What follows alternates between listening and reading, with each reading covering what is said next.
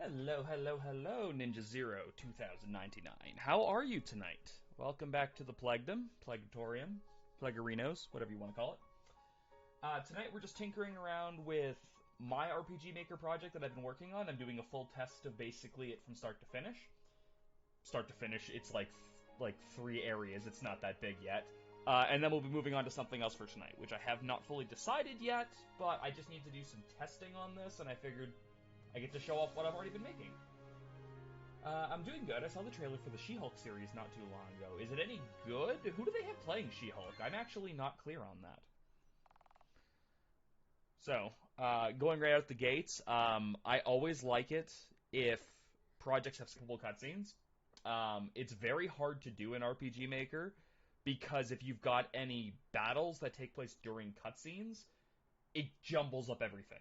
And I have a bad habit of having battles in cutscenes. So that's at the opening. At least I've made skippable completely. So for repeat testing as well as repeat playthroughs, it's definitely usable. Titania, all right. Well, I don't know who that is, so let's go Google. Ooh, I can see it. She's got a very nice smile. Hopefully she does good. Alright, so we'll do the opening cutscene because some people haven't seen it. And I have also made some modifications to it.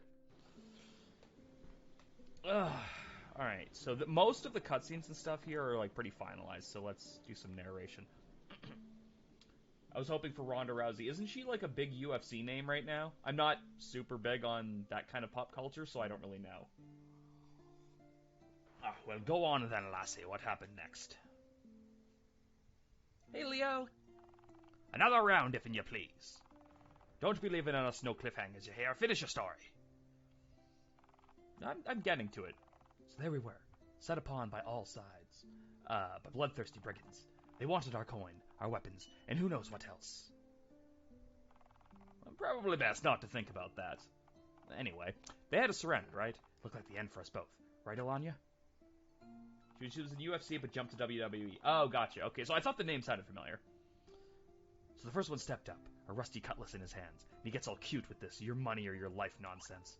I tell you, he wasn't so cute once I knocked that sword out of his hands. You did, nah. Right out of his hands, you say. Well, what'd the rest of them do? Well, they charged, of course, and each one felt the sting of my axe, as I tells you. It was a fight for the ages. I slashed to my right, I chopped to my left, and they fell like fresh wheat to the scythe. Right, Alanya? Of course.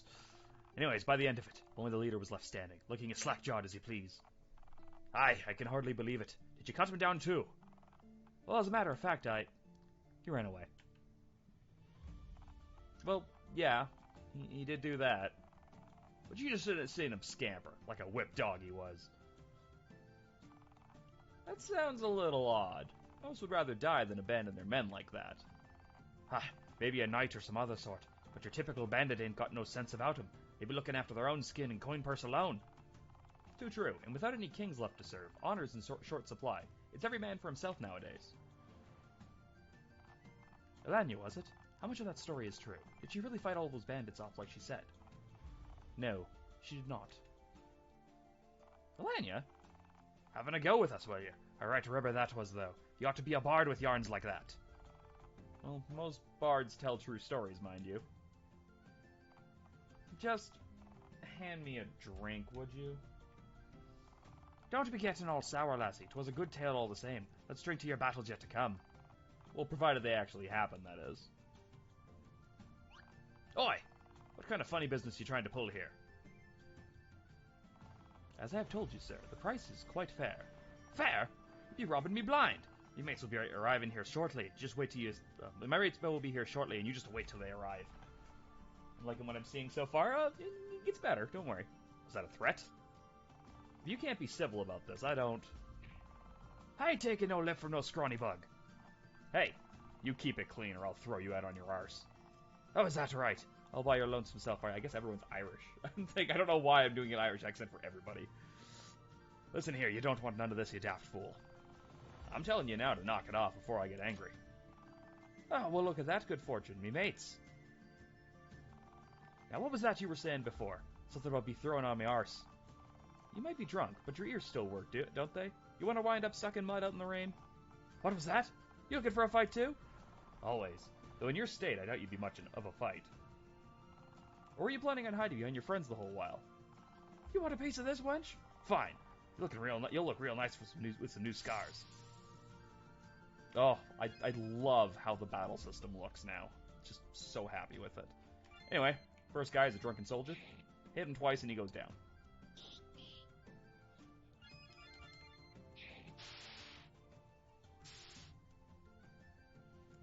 Now, since the art assets that I'm using for this project that I got, they don't have any fallen or alternative sprites for any of the characters, I'm a little stuck with just what I have for this. So I don't have any down sprites, I don't have any injured sprites, I don't have any attack sprites. I have to make do with effectively just using your own imagination the best. Now, I do notice one thing that needs to be fixed for this, and that is that these guys all need to have their stepping animation turned on. So let's quickly fix that while we're going. I'm actually kind of surprised I missed this the whole time, since everything else is doing it, but these ones aren't for some reason. There we go. Kind of looks like old Final Fantasy games a bit. Yeah, it does. It's one of the things that kind of drew me to it, was it looks like the NES/early SNES Final Fantasies, which I like.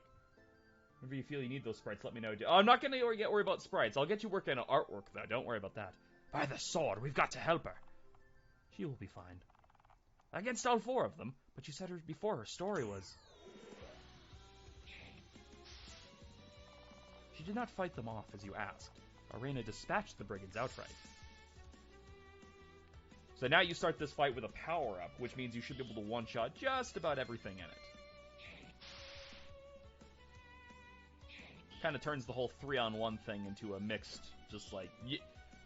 Realistically, unless you're trying, you should not be able to lose these opening fights. Because it's good, because you get a game over if you did. But you shouldn't be able to, and even if you come close, I also stock the character with healing items. So there's no reason that you should have a problem with it. Actually, I will, however, move the tonics that you... or the... Angel's Tears that you get from there, and I will put them when you get your next character, because that makes more sense. Give me one quick sec, guys.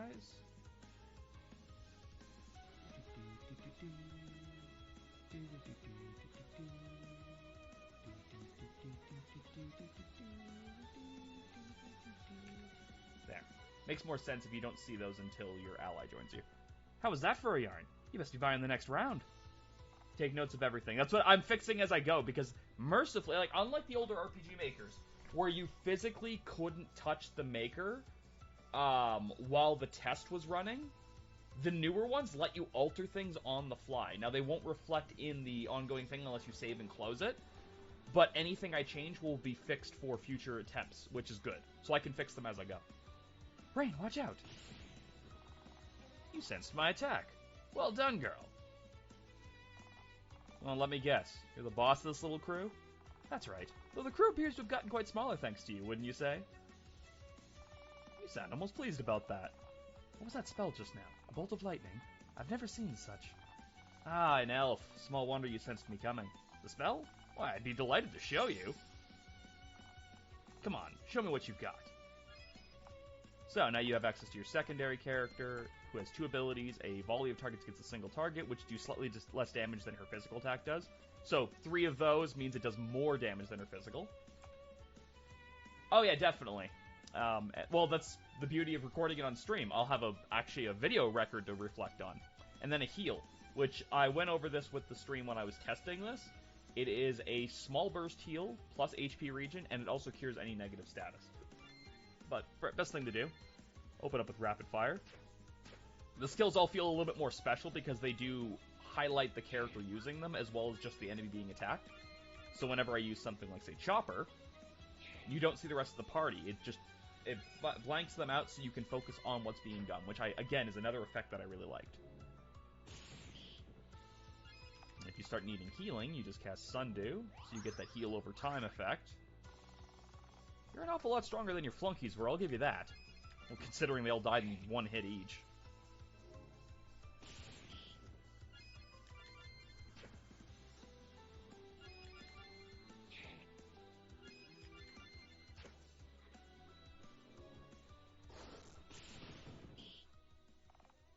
Her power is unnatural.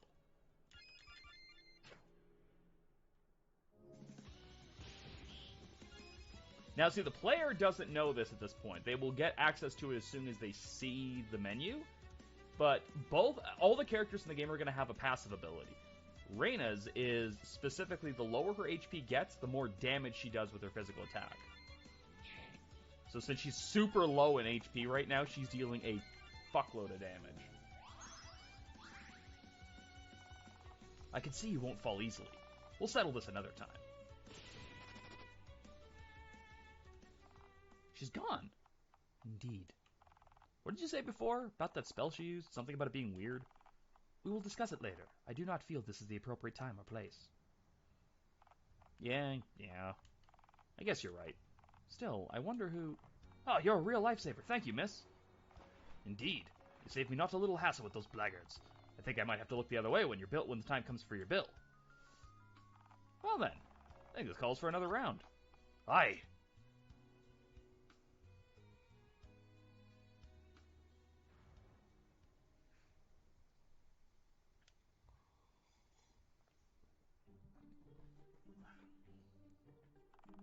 A few days later. This looks to be the place. The spot was pretty close to the village. Small wonder the bandits have been such an issue around here. This is the third group we've tracked down since the incident at the tavern. Let us hope our quarry is here. You've got it real bad for that Thunder Lady, huh? Was it really that big of a deal? I know you are not fond of magic, Arena, but harnessing lightning is not something that should be possible. Of the 5 elements governing this world. So this is something that I've sprinkled in throughout all of the gameplay. Rather than front load the player with tutorials on what everything is, it's kind of interwoven into the storyline. So you'll get them as they come up in conversation, as opposed to here is literally everything that you need to know. Also, every single tutorial is skippable that I've been able to program so far. So if I want to listen and hear about a little bit more about the world building and how elements work, I can do that. If I don't care, I can skip it, which is good because repeat playthroughs are really bad for having tutorials that you can't skip, but also some players just want to figure it out on their own, which this gives them the option to. There are fire, wood, metal, sand, and water. Each one is held in balance by being stronger than another. Fire is strong against metal, but pales in comparison to water. Likewise, water falls to sand, which in turn is bested by wood. Thus the cycle is balanced. But what that woman was capable of ties to no natural element that I can think of. Therefore, her powers are an affront to the natural order itself, and it behooves us to find out how she came to possess them. Did you just say behooves? Rain, please take this seriously. Alright. You know I can't stand magic. It just muddles everything and complicates things. Honestly, we'd be better off without it. But I'll be damned if I let that witch get away with attacking us. So let's go find her. Thank you, Arena. I appreciate your enthusiasm in this.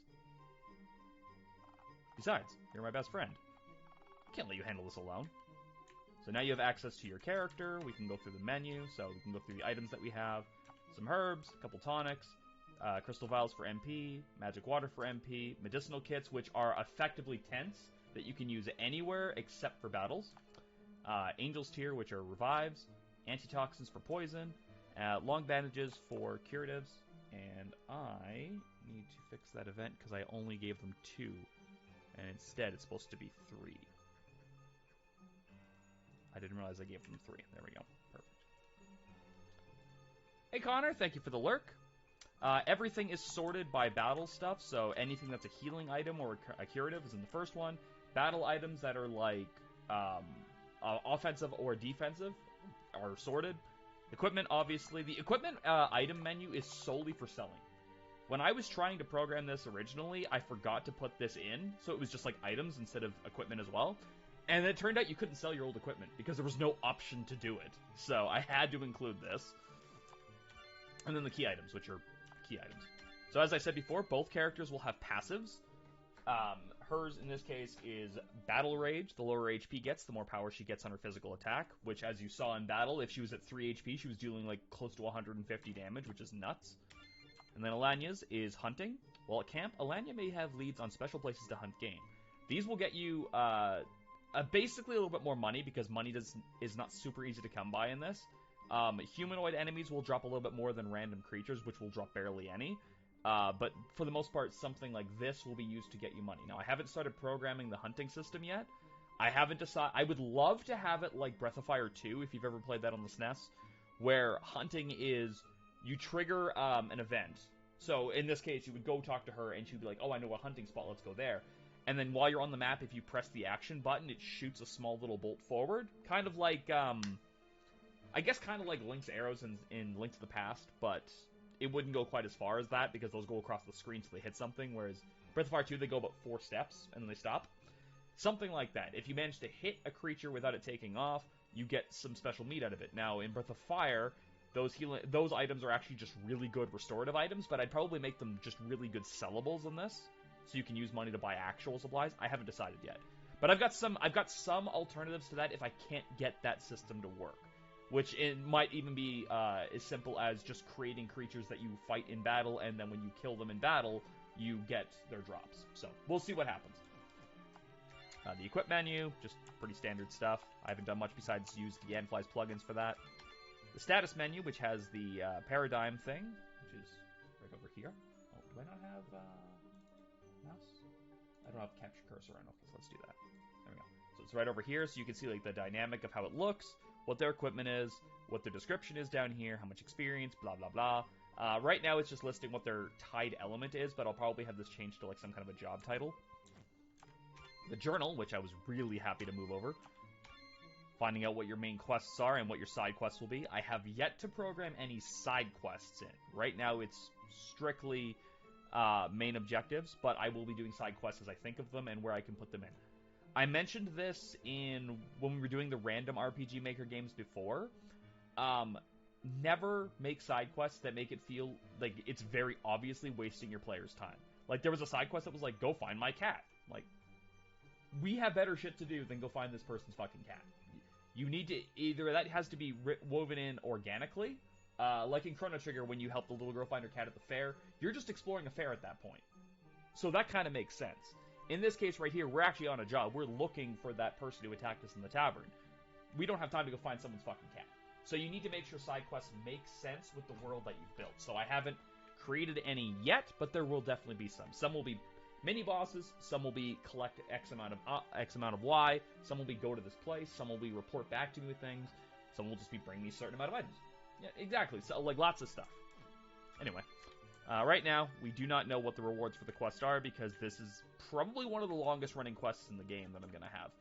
To the point where I've already augmented this about 6 different times through a gameplay. You'll have to come back to this every now and then, and your objectives will have changed on it, because you will have not found her yet.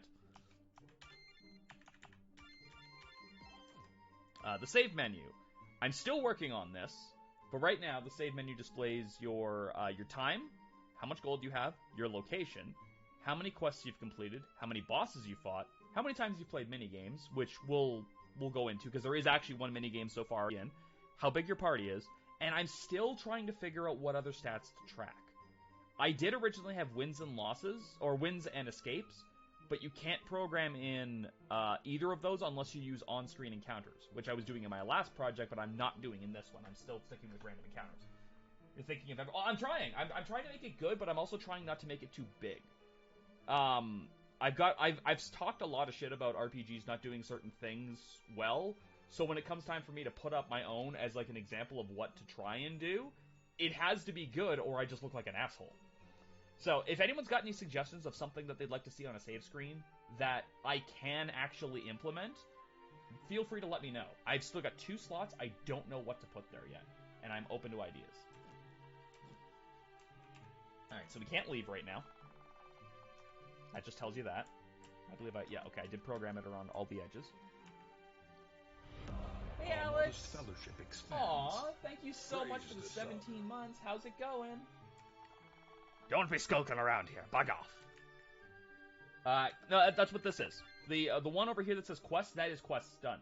The reason why it doesn't say quests done is the word done would appear behind the number, and I wanted to keep this screen looking as nice as possible. So quests just refers to quests being completed, not quests that you were currently on. Otherwise, this number wouldn't reflect it properly. So, one thing I've always liked it is when there's a little bit of humor interjected into video games. Just a little bit, not enough to be distracting. The main character is impatient, so we find a locked door. And you try it repeatedly trying to open it. Rain, it appears as though the door is locked. But what if I want to go in? That is an odd compulsion you have, but perhaps the key could be found nearby. Fine. Yeah, it's still locked. So, there is no key nearby. If you go walking around, there's nothing over here. You just like some areas you can wander into. But nothing else, really, right? So, let's go up. Oh, we got caught. Now I know I didn't just see two human girls heading for a hideout.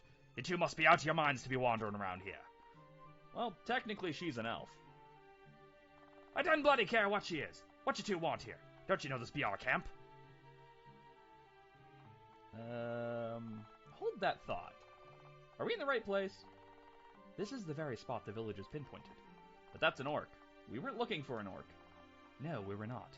Yet this is where we were sent. Hey! Don't you be ignoring me. You wouldn't happen to have a human woman around here, would you? About this tall, dark hair, prone to fits of lightning? What you on about? Ain't no human stupid enough to come around here except you two. She's in a... Oh, forget it. We're definitely in the wrong place. Though that may be, the villagers were quite adamant this is where their bandit troubles were originating. I believe it would be in everyone's best interest if we intervened. I guess? Why can't things ever be easy for us? So this is your first encounter with an actual fight that can give you experience points and money. It's not very difficult at all. In fact, the enemy dies in about 2 hits. Typically, unless you try to get creative with it, you can take that guy out without ever actually getting hit, because you are faster than he is. And he only drops by $8. He's not that rich. Let's get this over with. We'll take out the bandits for those villagers, and then keep looking for that witch. In most cases, felling the bandit leader is enough to scatter the group. I believe that should be our objective. And then you get the little journal icon in the corner there that tells you, hey, something has changed. You go to your journal, you find out, hey, look at that, I have a new quest. So, you just murdered some guy for no reason. Technically, I murdered him because he was a bandit. So, bandits are bad. But, it's interesting that you point that out. Keep watching. The villagers of Kimple have been under constant threat of plundering by a local bandit group. I actually need to make sure Kimple is color-coded, so let me quickly go do that. Quest journal, route the bandits, description. That's C3. This is, I love the fact that I can alter things while the game is running. I love that. So now I've color-coded the word Kimple because Kimple is a town name. Under constant threat of plundering by a local bandit group, we need to take out the leader in order to remove the threat. Objective, defeat the leader. Now, you can just proceed into the cave if you want, but now this door is open. What the hell?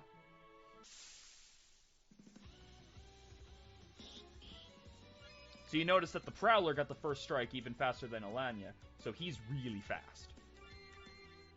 But we both get a turn before the Slasher does, so we can take him out.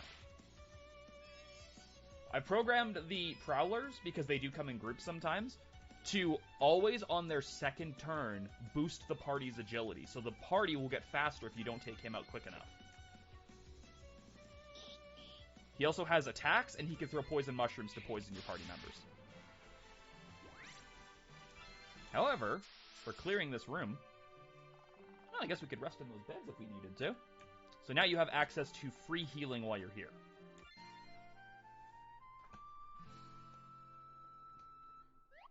Because that's something that I've always commented on. If you're going to restrict the player's access to an area, and basically means like you're stuck here until X is completed, you need to give them a few things. One, a way to get healing, preferably for free. You now have that. Two, a way to get items, again, either through buying or preferably for free. There are chests scattered around the area that drop items, but there's also a decently drop rate for healing items from every enemy. Every enemy here has a chance to drop up to 3 items, and the herbs that are the 25% heal items are the easiest to find. While you're looking in here, you find a music box, which if you go to your menu and happen to look at it, you're like, oh, that adds sleep, so you just throw it at somebody and they go to sleep. Why would that be relevant? What was a note on the table? Note's been tucked underneath the book. Would you read it? Read the note or snooping is wrong. We're gonna read that note. The boss ain't be sleeping so good, so whatever you bugs do, don't be waking him if you catch him napping. There'll be hell to pay. Just to help him out, we're gonna leave a few music boxes around the camp to help him sleep. Don't be fiddling with them neither. So that's your hint. The boss of this area is susceptible to the sleep status ailment. And if for some reason you didn't find that note, a lot of the chests in this area also have those music boxes. So that's a kind of like an organic way of telling the player, these are useful for something. Every now and then you'll get the little gab windows as you're walking around that just add a little bit more flavor to the adventuring. And they don't distract the player, because you can move while those talks are going on, which is great. See, if you notice there, when he used the agility up there, it bumped his turn up to before Arena's. Before that, he wasn't ahead of her. So this bar is insanely useful for tracking whose turn is coming up next. Nah, poison's a pain in the ass. So, he's almost dead. He has like 1 health. However, we have poison, and since poison is a bitch, we're going to cure that before the battle ends. Let's see, he was fast enough to get 2 attacks before anyone else did. So rallying agility is actually a really good skill for them. And see, look at that. He just dropped a herb for me, so I have a free healing item. And there's 2 more if I need them.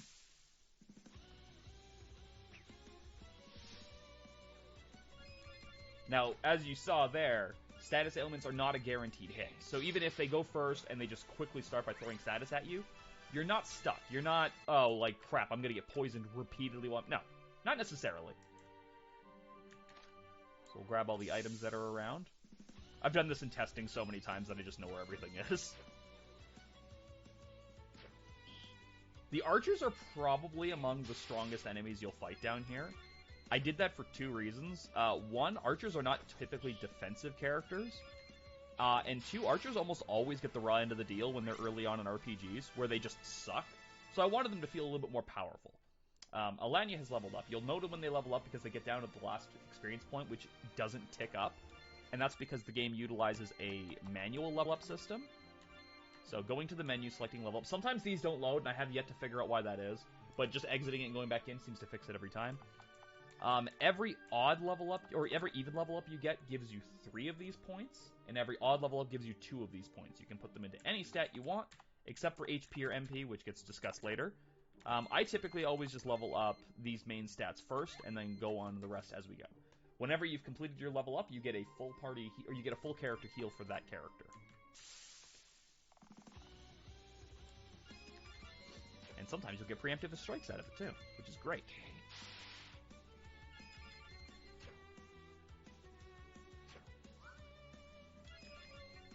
Now, I have made it so you don't level up crazy fast, but you should get about 1 to 2 levels for your characters before you reach the boss, because this is not a very big dungeon. And the encounter rate is set so you can't get into encounter every fight. So now she has the bleed status ailment, which halves healing effectiveness on her. So if I were to heal her, like with Sundew, she only gets half the healing because it has to heal, then remove the status ailments.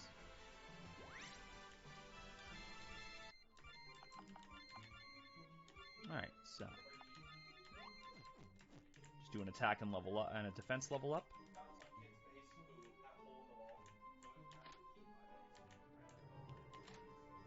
I've also done something here where I color-coded the chests.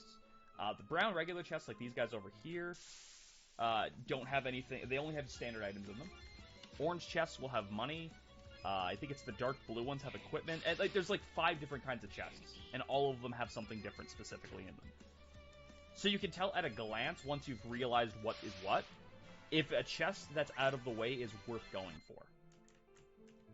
Because I make that mistake in something like Dark Souls or Elden Ring all the goddamn time, where I'll be like, do I want to risk everything to go for that item? I have no idea what it could be, but they all look the bloody same on the map, so when you go around to it and click on it, that's when you find out if it was worth it or not. A lot of the time, it's not. This cave appears to be deeper than I would have first estimated. No kidding. Who even knows how far down it goes? I believe it may become prudent to save our progress in the event we run into something unmanageable. Here, you can find out if you want to know how to save, or if you don't. Just tutorial is actually only like 2 menus, so why not? Remind me how to do that again? Of course. Simply open the menu and select save in order to create a record of our progress thus far. A saving can be done anywhere and at any time. There is no conceivable downside to saving as often as you may like. Got it. Thanks, Lanya. So, if you hadn't yet tried to save anywhere before this, that's the game's way of saying you can literally save everywhere. There are no save points. Save wherever you want. I did pull this in the Discord, and more people came back saying they preferred to be able to save anywhere. And as I said, with people having access to dozens upon hundreds upon thousands of games they can play at any time, you want to treat the player's time as preciously as possible. So if they want to play for 5 minutes, stop playing and go do something else, you need to give them that option. If they want to play for a couple of hours and make exactly that, yeah, you're a busy lady. They want to be able to play for a few hours. Well, you know what? If they can save everywhere, there's no reason for them to get mad if they play for 5 hours, don't save, and then die. Because you know what? I think the only plugin for autosaving in RPG Maker is it would save at the beginning of every map. And if it does that, there's a lot of soft locks that can come up as a result of that. Because a lot of the time, your character will get taken to another map without your consent. Like, especially during a cutscene, right? Well, if it autosaves down there and you also haven't saved in a while, you're stuck. So, I'm not overly a fan of autosave in RPG Maker games because people do the most with the least. So, as you can see, we're currently at the 5 music boxes. If the player doesn't begin to suspect there's a reason why they've been given so many of these, I got nothing for them. I put a direct note telling you what they're for, and also the in-game knowledge of, well, I've got a lot of these, so they must be for something.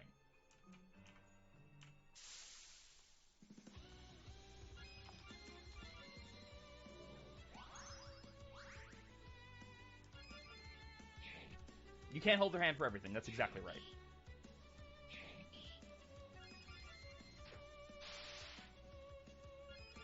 Now, I had to make the hard decision to not allow you to use Alania's healing out of battle, and the reason for that is because it adds a region effect. You would have been getting that HP region effect outside of battles, which I don't want. And there was no way to make it do it on battle only and not, so whatever, you just can't.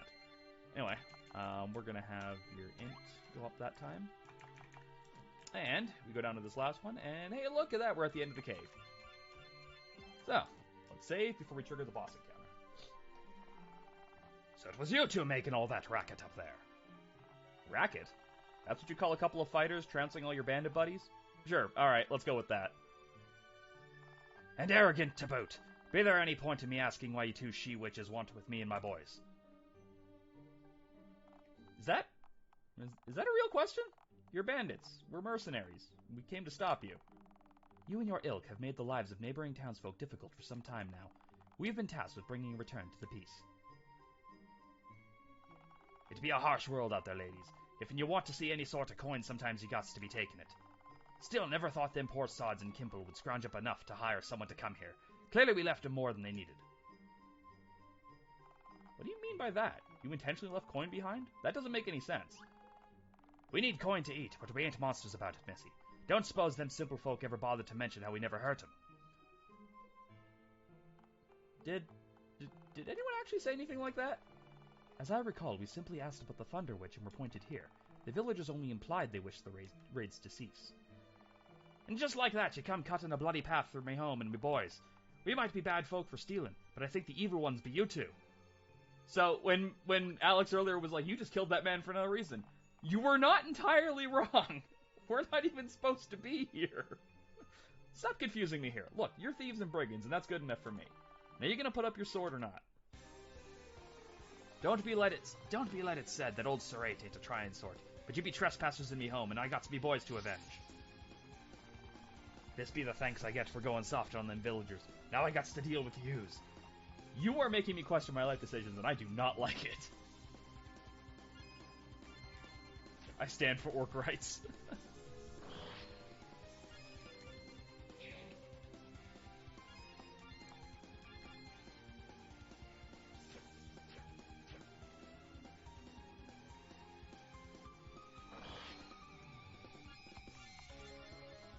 So mercifully, you've got enough healing items and sundews to get you through this fight, because he does hit pretty hard, but he also doesn't hit every turn.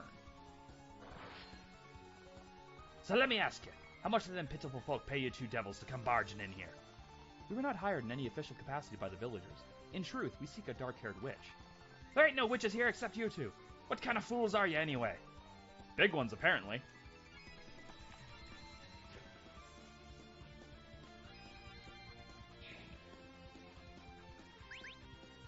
He also has access to Taunt, which lowers the party's attack for a few turns.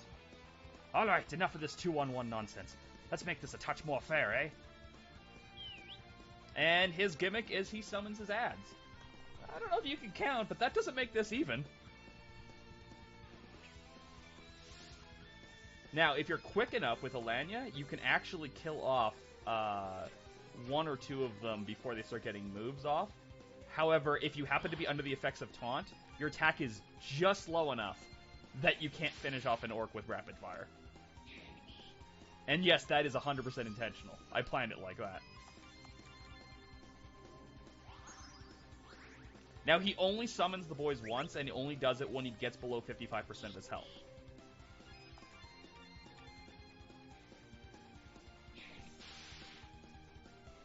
So you don't have to worry about him doing this consistently throughout the fight. Like, literally, he does it one time, and then the fight reverts back to normal.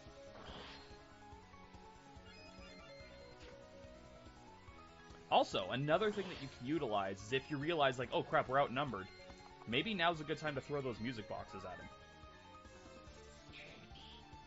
So that kind of effectively takes him out of the fight, so you can focus on other things like healing or restoring your MP. Because he's just back there sleeping now. So again, game design. And because you've got HP regen, if you just spend a couple of turns guarding, you'll just pick up your HP while he's sleeping.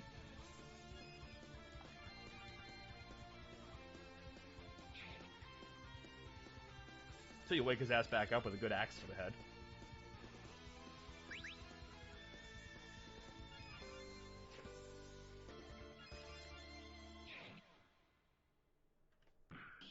That's his other move, is he hits you with his fist and stuns you for a turn. In some cases, that can make you miss your turn. In other turns, it just doesn't. He also hits really hard sometimes, but that's okay. You have revives.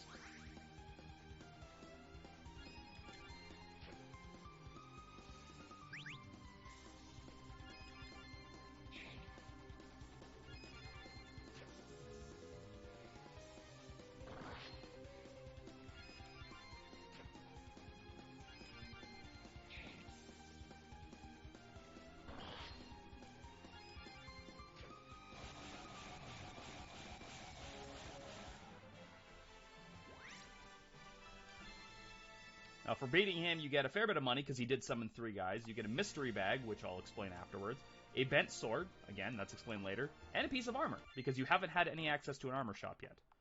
Aye, that'll do it, eh? And just in case the whole lead into that fight was like, maybe we're the bad guys here, the post-battle cutscene kind of gives it away too.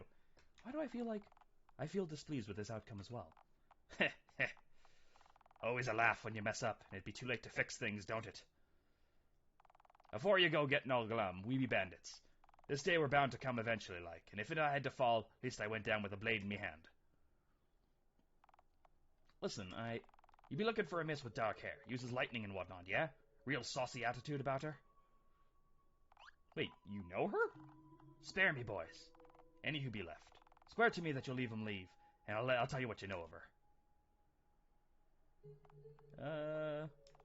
It will be done. We shall pursue not one of them, provided they leave this area in peace. Tell us what you know. Of course. She be named Louvria, that one. Used to be small time, burglar and sword for hire. Knew her afore I rounded up me boys here. Always liked to talk big, that one. Wanted more from life than cutting purses and throats. Thought she bought it a few years back, but she turned up here 2 days ago. 2 days? We're on the right trail. Aye, but don't think it'll be roses when you find her. She's changed, that one. Got some magic in her now. That be new. Don't know how that happened. She be headed south, through the marshlands. That be all I know. Thank you. You may depart with the knowledge that your men will be spared. Appreciate it. Perhaps in the next life, our spots will be turned around. Ha ha! I feel gross.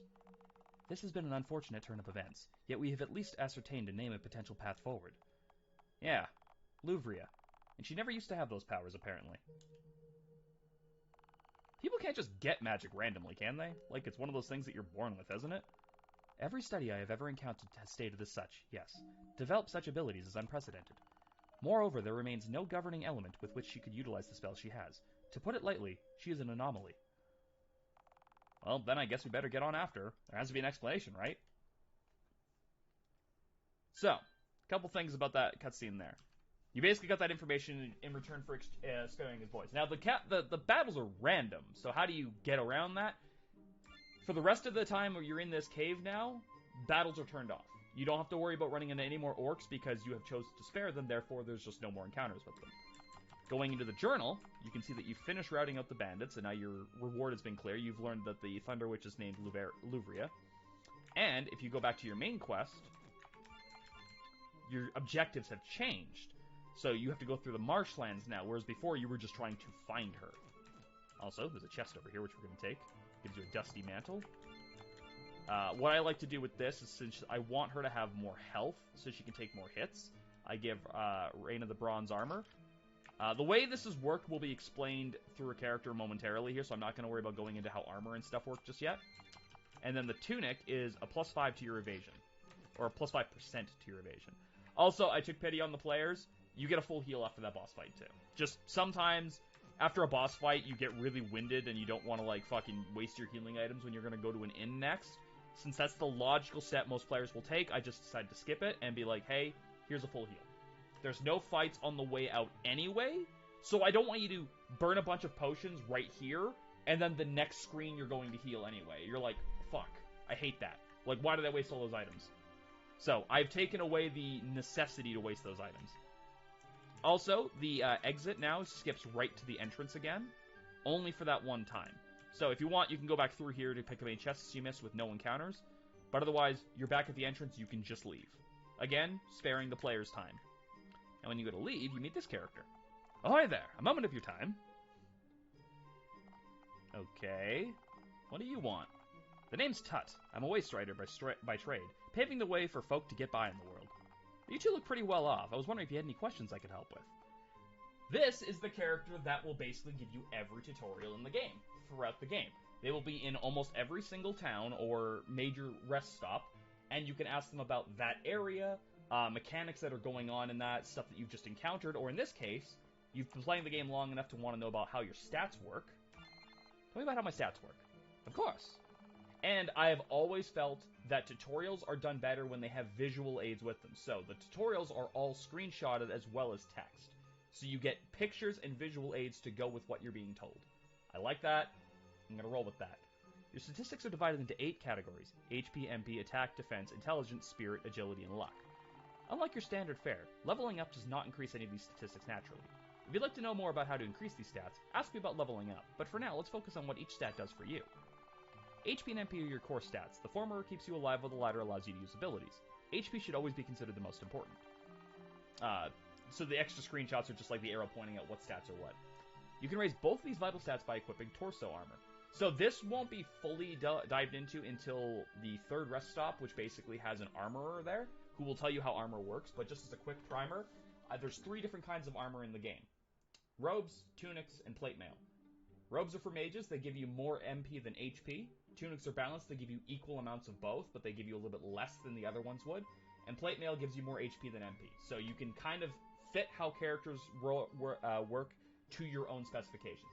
If you want people to cast more abilities, equip everybody in robes. If you want people to just have a lot more HP and be more tanky, equip them in plate mail. Because that is, right now, one of the only ways to increase your HP. You don't get HP by leveling up, you only get points to your other prime statistics. Armor is super, super, super important. Your attack and intellect stats dictate how strong you are in battle. One is for physical attacks, while the other is for magical attacks. Basically dictated by weapons. Raise both these with new weapons. So if you're more of a magic-oriented character, your weapons will not increase your physical attack, they will only increase your magic attack. If you're meant to be kind of a hybrid of both, you'll find weapons that do both. And if you're meant to be more of a physical attacker, you will only find weapons for physical attacks. Your defense is super important, as many enemies utilize physical strikes. This stat helps lower the damage they cause. You can further increase this with newer and better shields. So shields are how you focus on defense. Hats, armor, don't do that. Those only work for their respective stats. Shields are how you raise defense. Like with defense, your spirit stat helps you protect you, only in this case it helps from magical attacks. It can be increased with stronger head armor. So I talked about this on stream and I was working on this before, but basically each equipment slot has a designated stat it works with. Weapons are for your offensive stats, shields are for defense, helmets are for magic defense, and torso armor is for HP and MP. I wanted it to like literally dictate straight up, kind of like Final Fantasy Tactics does, how your equipment is offsetting your stats, and this I found was the best way to do it. I think you might want to use different color on the arrows in case I didn't notice them till you remarked on it. That is completely fair. I could definitely do something like that. Like I could make these bright red or something. Your agility is crucial as it dictates when and how often you'll act in battle. It is also mostly unaffected by equipment, so watch out.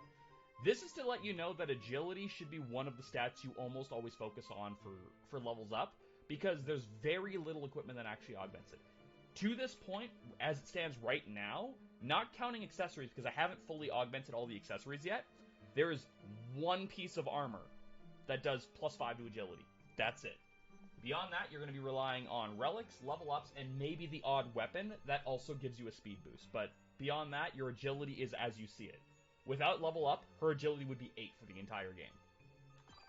Finally, the luck stat helps determine things like critical hits, ailment susceptibility, and there are even a few abilities that use it too.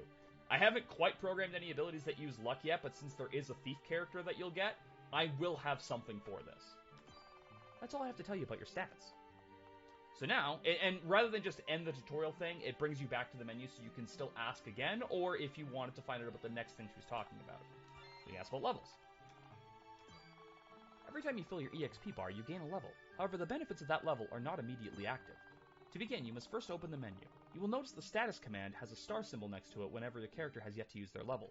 On top of the status symbol, which is very obvious, there's also one down here near their level, but this is a lot easier to miss, so it's in both spots, just to help out. If a character has an awaiting level up on their status screen will have a new option within it. Select that to continue. This button is just not here normally. It's only here during their level up. This new status screen is when you use your level up. You are given between 2 to 3 points each level to distribute as you see fit. This is from her first level up, so you can see that she has the 3 points going into level 4. While you do have full control over how you'd like to build your characters, remember that these stat points do not come back, so choose wisely. I like where this tutorial is, because you've got an opportunity to have already used 1 or 2 levels up had you been paying attention. So this is where you get to kind of decide, like, okay, I have to commit to a build. Am I happy with what I've spent so far? Because I've only been playing for about 10 minutes. In fact, if I skip the intro cutscene, I've been playing for about, 5 minutes. So I can easily get back to this point if I want to min-max my characters or not. Rather than front-loading the game with tutorials, it's a little ways into you've had time to test the systems yourself before you're told specifically what they do. I kind of prefer that, so you have the opportunity to make a mistake, as opposed to just, no, this is so hand-holdy, it's impossible to make a mistake. Upon selecting which stats you'd like to raise, simply click level up to confirm and you're done. Of course, you may have noticed there is no way to raise your HP or MP this way. For those stats, you'll need to look elsewhere, which we've already found out is done through armor. That's all I have to tell you about leveling up. And that's it for the tutorials, so we can just pass. I think we're good. Thanks, though. Wonderful. Always happy to see folks who know their way around. I'll be on my way then, but if you ever have any questions, just look for me. I'll be happy to help. What a nice lady. And that's it. You're basically done with this area. So we can save. And now, for one of the parts that was a bitch to figure out, the world map. So the world map has access to 5 spots right off the gate. The party camp, which you can access from anywhere because it's not actually on the map here. It's in this little area up here. I did it like the Dragon Age way, where it's implied that you're not actually designated to one camp where like there's a building. You're just setting up camp wherever. So that's how I did it like this. There's Bloodtooth Cave where we currently are. There's Kimple Village, which is over in this area. There's the Tipsy Mallard, which is the place we started the game. This was in the opening cutscene. And then there's the Marshlands where we need to go next. And if you don't want to do that and you want to just check out the map, you can by exiting. Obviously, the rest of this map is not done yet. We've only got the first continent worked out. But this is what it's basically going to look like. I haven't fully settled on the design, but this is what we're looking at. And if you exit again, it just puts you back on the map you were on. But, for the time being, let's go looking around. Let's go to the village. So this is the village that did not actually hire us to handle the orc problem, so if you talk to some people here. Believe it or not, this is considered big for a village nowadays. After the last king died 30 years ago, there was no one left to take up the mantle, so most civilizations dwindled and broke apart. Now it's rare to see anything bigger than a tent or a lone house out there on the road. This is to preamble you into noticing that towns are not going to be big in this game. You're going to have like 2 to 3 to 4 buildings tops for a town, and like a city is probably non-existent. You're going to be seeing travelers, and you're going to be seeing rest stops, but you're not going to be seeing a lot of civilizations. This works in 2 ways for me. One, it's a more interesting world, I find, because you've got this thing that's like, well, we used to have kings and stuff, but we don't have those anymore. Something happened. So now the world's just like, not devolved, but kind of transcended into a more wanderer-centric world. If you've ever played The Way for RPG Maker 2000, a fantastic game series, by the way. There's 5 games in it. It's great. It's one of the best ones ever made. They did that too, where civilizations are almost non-existent. Everyone is just always traveling. Now, they gave a more immediate threat to deal with their traveling in that, where there's always like a rolling mist that's effectively pushing east, and if you're not ahead of it, you will be swallowed up by it, whereas the world is stagnant here, but people don't feel the need to stay rooted to one spot. They're always moving, they're always exploring, they're always seeing new things. Because there's no kings or knighthoods to protect them anymore, they might as well be mobile. That's kind of the mentality here. The other thing is, because of that being part of the world, I don't have to make as many fucking towns. I hate making town maps. Dungeons are so much more interesting and more fun to create, whereas town maps always feel samey. It doesn't matter if a town has a gimmick or a theme, they will inevitably start to feel the same, because after you've made about 3 of them, and God forbid if 3 of them are on the same kind of island continent where they're all going to be grassland villages, it's so boring. When I was working on my last project, Emberheart, the first continent the second continent you go to, Foresta, has a castle, a fort, a town, a forest dungeon, another town, and then a bridge. That's a lot, and all of it was green. Like, I like green, it's my favorite color. It was too much green, so the fact that I am now kind of freed from having to have that obligation to have towns because a world has to have people, and the people need somewhere to live, I now have an in-game reason that I don't have to have a town every couple of maps. Whew. I was super happy when I thought of that. If you talk to this gentleman over here, there have been problems with bandits in the lake recently, so I decided to hang around and make sure nothing happens to the people here. We actually dealt with the bandit problem. They shouldn't pose a threat anymore. Is that so? Well, you ought to be commended for your bravery. Here, allow me to thank you on behalf of the people here. He gives you a medicinal kit. Thanks. Medicinal kits are great for when you're out in the thick of it. Just don't expect them to do you much good in battle. Haha. So, that guy is there to basically point out 2 things. One, that the world has impacts based on what you do in it. You finish the bandits off, so therefore the world state has changed. Bandits are not really a problem here anymore. Therefore, you should be rewarded for it. But you weren't hired, so it wasn't a quest. The second thing this does, this is typically the first NPC you're going to run into, because when you leave the cave, it's logical that, like, you can go to the party camp, definitely first. But the next one down is the village. Going to the village, this is the first guy you run into. You talk to him, and you're immediately given a reward for something that you've already done. You don't need to dick around. You don't need to go looking for this guy. He's right there at the gate of town, and he immediately gives you a reward. That tells you that there is a reason to talk to NPCs that are not in cutscenes. You're not always going to get a reward, but that's something I noticed in Pokemon games, where they seem to just almost give the people who give you items just random spots. It's just, there could be 5 houses in a town, one of those houses will have an item in it. Like, yay, and you're encouraged to look around, but like, it's a lot to do when you get to like the 5th or 6th or 7th town, and you're still relying on that system to still be true, and maybe town 3 didn't have any items, so you're like, is this even worth it anymore? Right out of the gates, you know this is going to be an ongoing theme, and you will be able to get items by talking to people. Maybe not every single area, but it will be enough of a thing to be consistent. Also, you can check the sign. Kimble Village, a small but thriving community. There are boxes hidden all around. I subscribe to the theory that there will never just be a box here, or here, or here. Anywhere in the middle of a map. If it's in the dead center of a street or a well-trodden path, why would that box be closed? Why would the people, logically, not have taken it? Whereas if a box is somewhat hidden, like a little bit off to the side here, obviously there's a person right here, but if the box is a little bit hidden, it's slightly more justifiable that someone wouldn't have picked it up. You could chalk that up to, well, adventurers are more prone to finding treasure chests, so maybe we noticed this when this lady didn't. You can justify it however you want, but to me, it makes slightly more sense than just having a box sitting in the middle of open. Now, granted, this one here doesn't have that same excuse, but it can't always be the consistent. It's just got to be something. That's just how I justify my treasure chest placement a lot. It's nice, but not something you can do with every NPC has to be strategic. Exactly, yes. So if we talk to the people around here, because of our recent problems with the bandits, I'm thinking about turning my home into a weapon shop, but I'll need a lot of supplies to make it work. So this is kind of indicating that the town doesn't actually have a weapon shop, and if you continue talking to people, you'll find out that is for sure the case. Kimple was only built about 2 years ago, so it's still pretty small. Most folks who pass by just keep heading south through the marshlands towards Landquest. Someone said they saw a bunch of those blood-toothed orcs on the road headed south towards the marshlands. Maybe we're finally rid of them. If we click on the well. Well, well, well. Have you thought of something? No. I was trying to be funny. I see. Your humor is noted. My one note for writing any of Alania's dialogue is write her like a robot. She doesn't get humor. She doesn't get a lot of human traits. She's your stereotypical elf. You'll meet other elves that are normal talking. She writes like a robot, and I love writing her dialogue because she is absolutely the comic foil to every time Arena does something stupid. Now here's something I was super proud of, and I did show off a screenshot of this on the Discord. The shop system. I love the shop system. Here to shop, here's what I've got. So it fades out. It shows you a screenshot backdrop of what the shop would look like. So we're on like an outdoor shop. You can see the buildings around. It randomly picks one of your party members to comment on what you're doing, in which case we have Alania. Oh, they appear to have a variety of wares. And do we carry anything we no longer require? I believe our business here is concluded.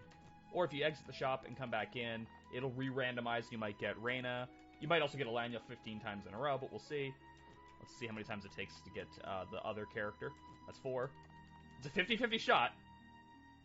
Took 5 attempts to get the other character.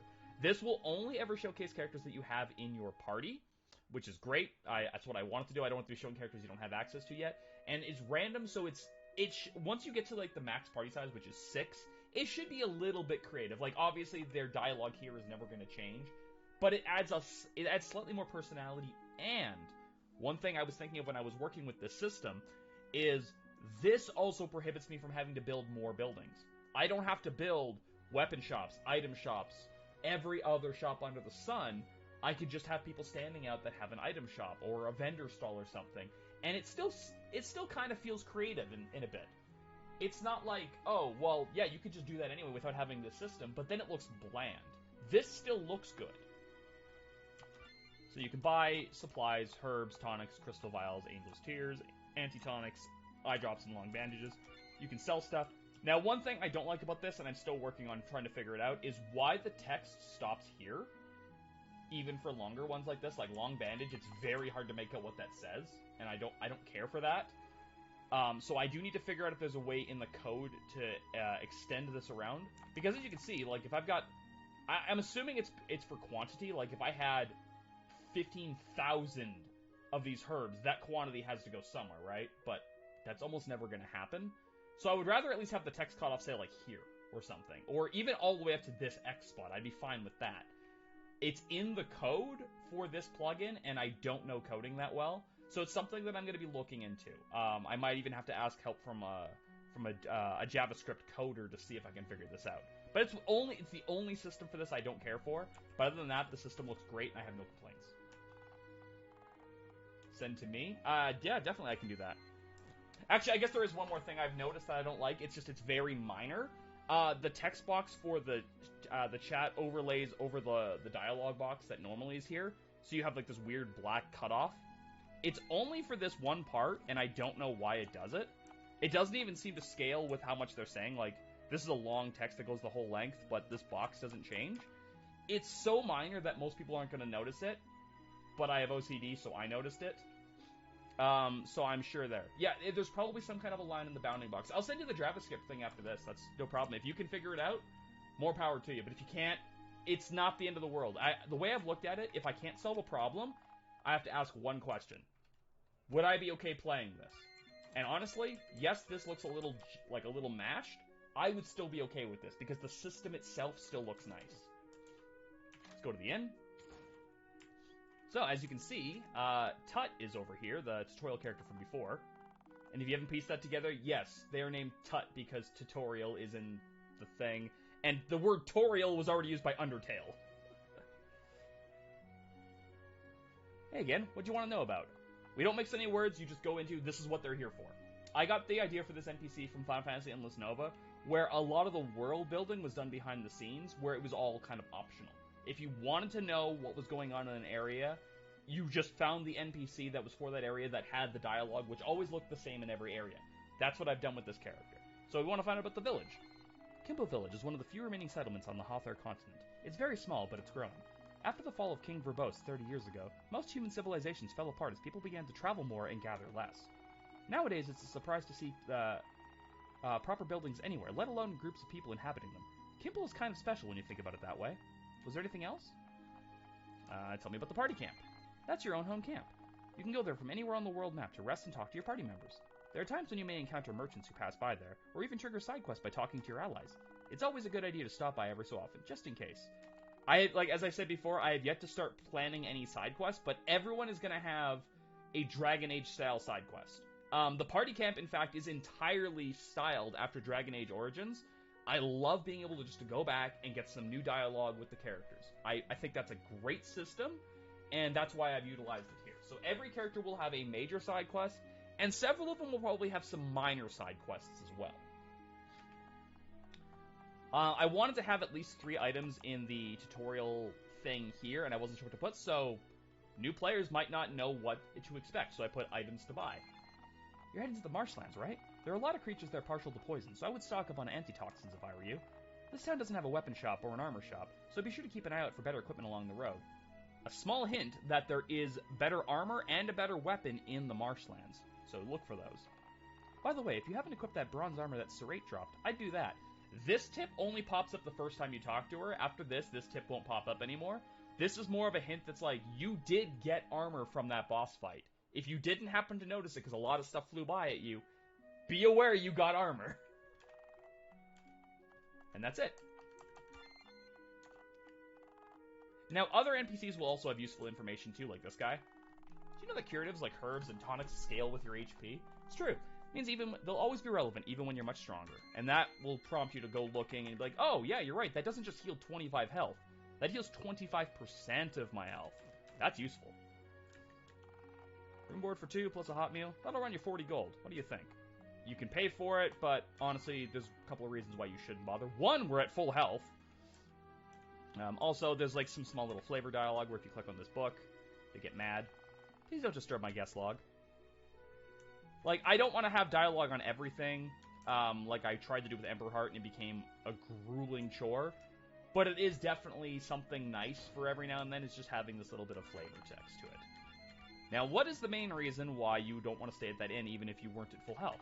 If you go to the party camp, you can talk to Alanya. Sometimes it's nice to take a moment to relax. You require rest? You can sleep here for free.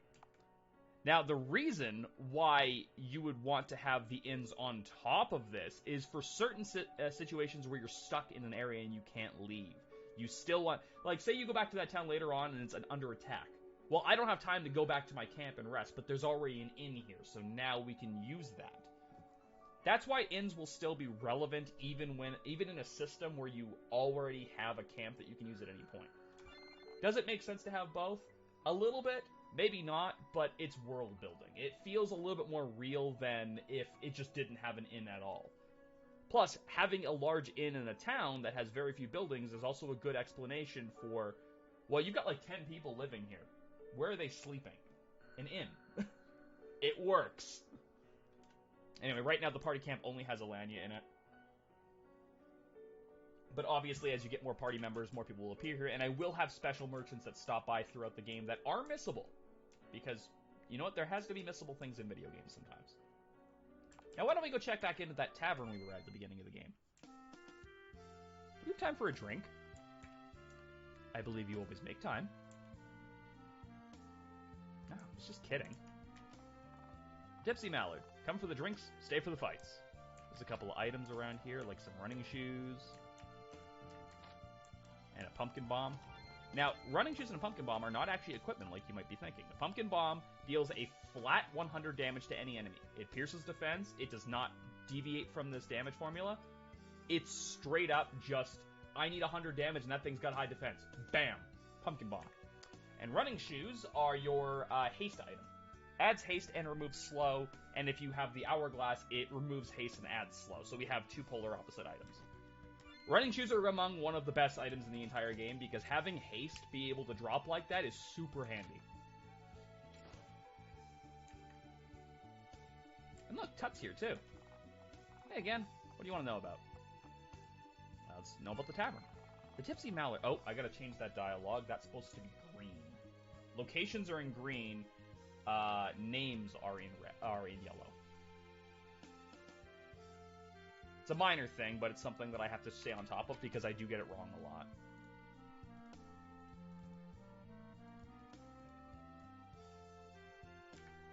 Consistency is key when you're using colors to keep your players informed of things. Tipsy Mallard has been around for about 3 years now, run by the same surly barkeeper the whole time. She doesn't put up with anyone's guff, and as a result, she usually has the support of the tough fighter types that like to stop by. Trouble doesn't happen often around here, but if it does, she puts an end to it fast. Taverns like this are among the most consistent thing you'll find out on the road, and they're a sure spot to meet new people or gather supplies. Sometimes you'll even pick up a side quest or two. How fun! So anything else? Talking to Tut here also indicates that, hey, there's a mini-game we can play here. There's a lady at the large table challenging folks to cards. If you're looking to fill your pockets, you'd best know how to play. The game is simple. The dealer gets a card, then you do. Then you can take more cards if you want. The goal is to reach a total of 21 without going over. If you do, that's a bust and you lose. Don't be aiming for no ties neither. If you and the dealer both come out with the same total, you'll still lose, so be wary of that. Also, your luck stat doesn't affect the game at all. Some say the only force at work is something called the heart of the cards, but nobody knows what that means. Haha. Yeah, little Yu-Gi-Oh humor there for you. Is there anything else? And then if you hadn't talked to her before, the party camp is also optional to ask about. I heard there was an amazing fight here the other night. I wish I could have seen it. If you talk to the barkeep, they remember you. Ah, to be you two, well met. I trust you've been well. Oh, it's been interesting, that's for sure. I don't be doubting it. So, what can I get you? You got any more of that free ale? Ha! Ever the kidder. Well, if and you want anything, just let me know. I was being serious. If you talk to her again, what can I do for you? You can rest here, you can shop here, or nothing. I'm afraid I don't have much, but you're welcome to buy it all. Haha. And this gives you a slightly different one. That I have to change. It's not supposed to be selling that. Because I moved some items around, that's why. This is supposed to be an antitoxin, if I'm not mistaken. Because you're not supposed to have access to 500 damage items already. But that's fine. That's easy to fix.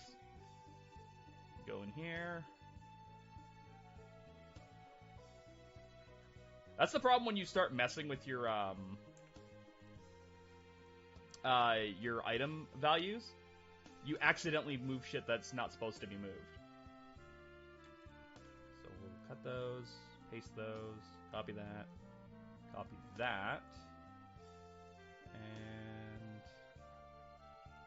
delete that, paste that, and now the shop is fixed.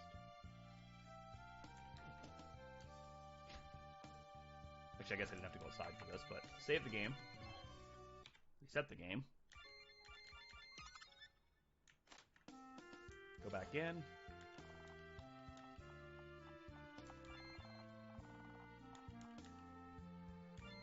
There we go. See, now the shop works the way it's supposed to. I forgot about that.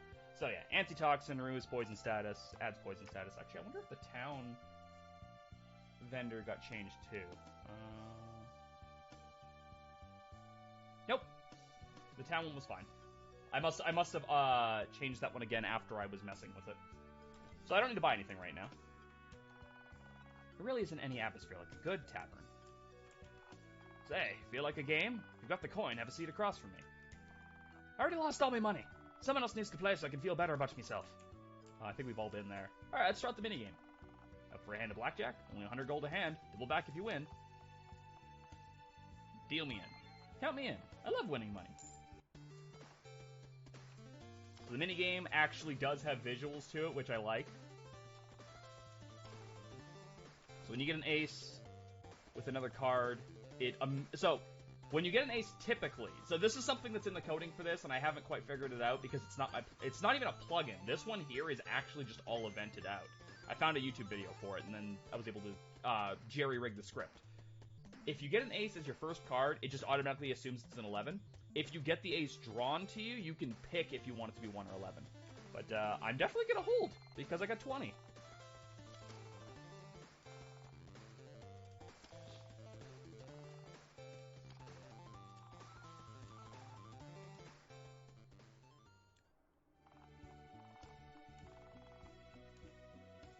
Now, the only problem I really have with that script, beyond that ace thing being a little bit strange, is I can't make it do multiple games. You always have to come back here to select another game, which is a little bit slow.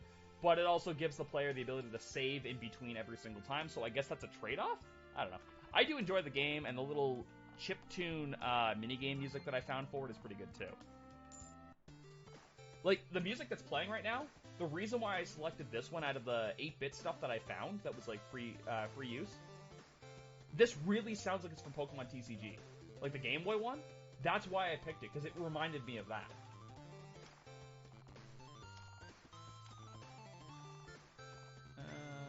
You always hit on 16. Well, that has to be a 1. Hold? Damn it! Easy come, easy go. Sorry, better luck next time. Let me know if you'd like to play again. We'll do one more.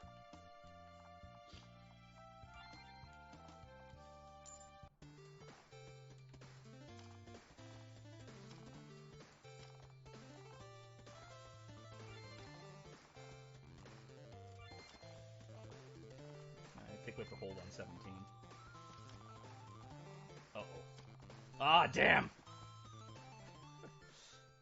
I definitely have noticed that it seems like the dealer wins more often than you do, but I have had some good streaks. Last but not least, I planned a stupid little joke right over here. This clock appears to have stopped. You know what that means, right?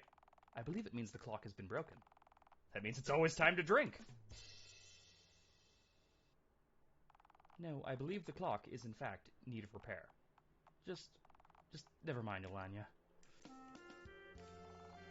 Those be me logs. I'd appreciate you not touching them. And then if you try to go through the door back here... Oi! Then you want to rest, come talk to me about it first.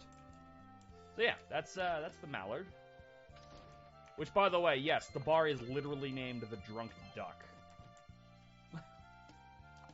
I thought it was cute. That's why I went with it. Let's go to the marshlands.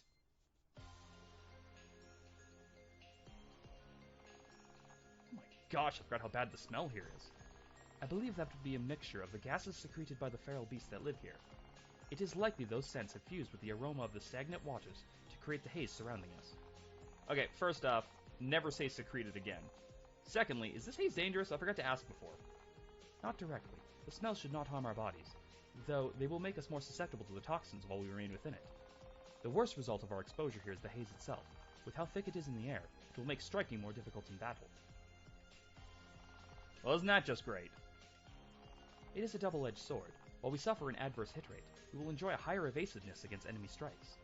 Oh. Well, that's handy at least. But we should still hurry through here. This place reeks. To indicate that, yes, there is a reason that the haze does actually play a factor in the fights. Hit rates are down, but evasion rates are up. And as Tut explains, if you happen to talk to her in the town, lots of things here use poison, and your poison resistance, your natural poison resistance is way lower here. I think it's 20% lower, so it has a much higher chance of proccing.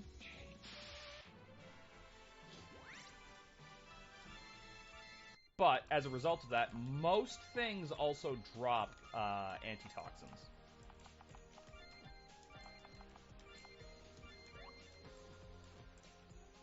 Let's grab that chest.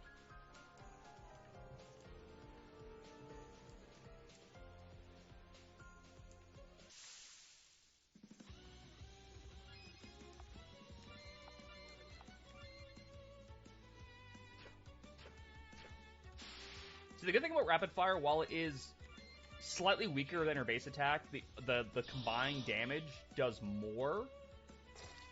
So you can actually take out the weaker enemies in one go with it if you know which ones are weaker in defense. It can also be used to finish off a guy who's about half health.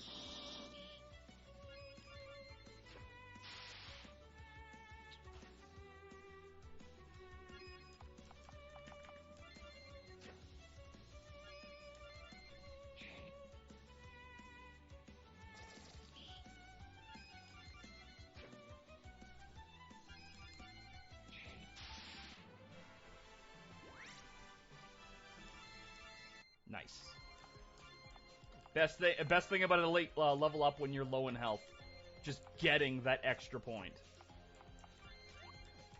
So you get that full heal. And then, if you're hurting from poison, just use one of your many antitoxins you've probably accumulated. There's some money. There's some more antitoxins if you didn't bother to stock up, so the game has you covered either way. Poison's very common in this swamp, so it's important to keep those antitoxins going.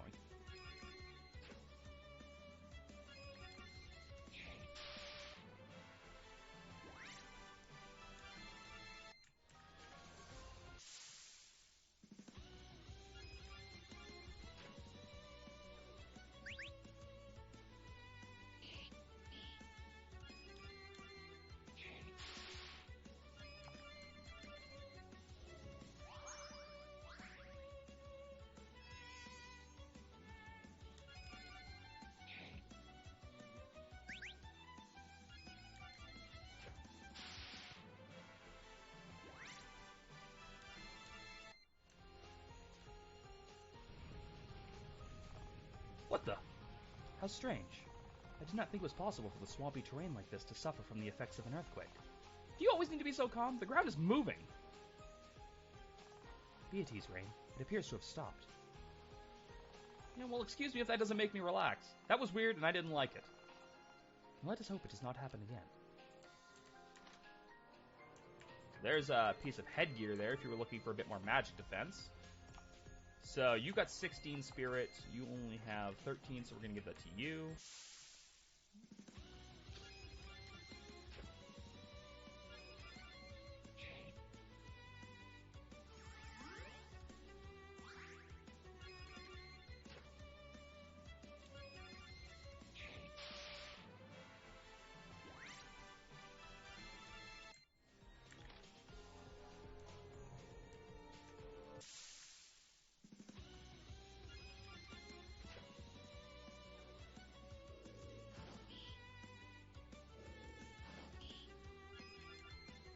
These things are very partial to setting you on fire.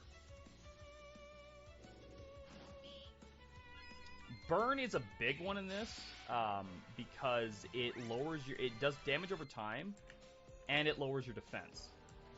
That gets you white powder, which if you go to look in your key items, you'll notice that it's a trade item, and it has healing energy stored inside. And also the pet sword, trade item 36, no energy remains inside. And a mystery bag.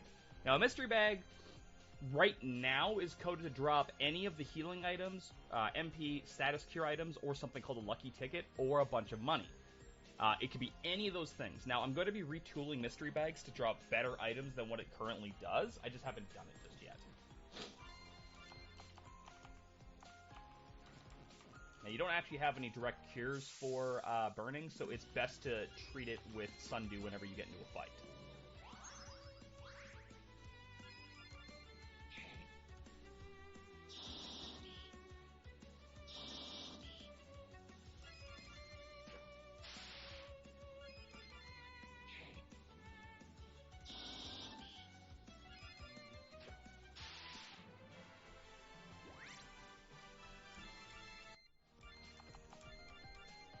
Still need to figure out why this happens.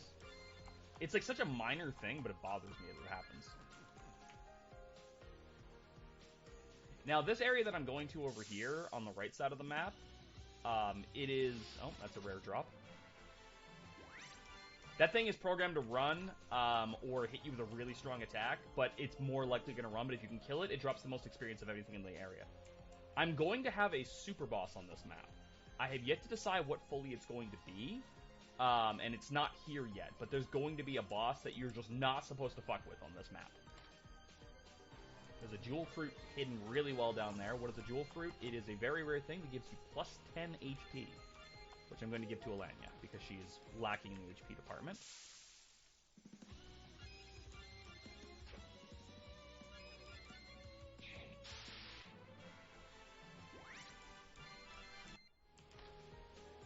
There's some more running shoes.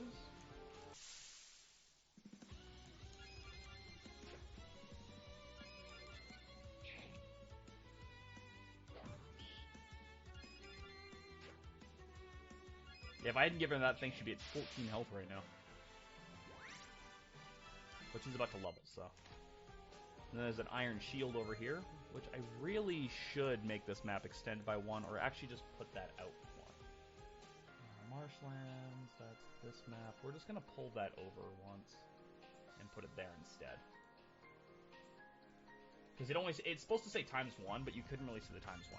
Anyway, the iron shield is good for you because it has 5 more points of defense than your bronze shield did. So now she has actually better defense than Arena does. But that's fine, because she's also kind of the healer right now. She's not meant to be the healer, but she's the only one you have with a healing ability, so that makes her one by default.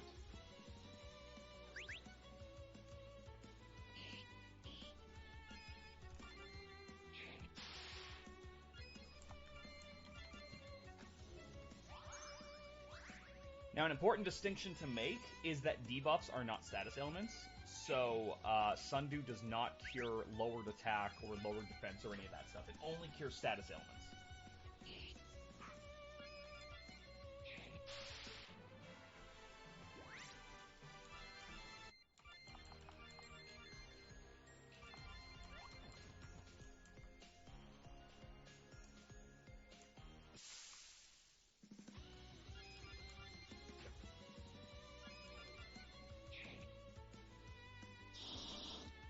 Yeah, see, now she's got such high defense that this thing can't even hurt her anymore.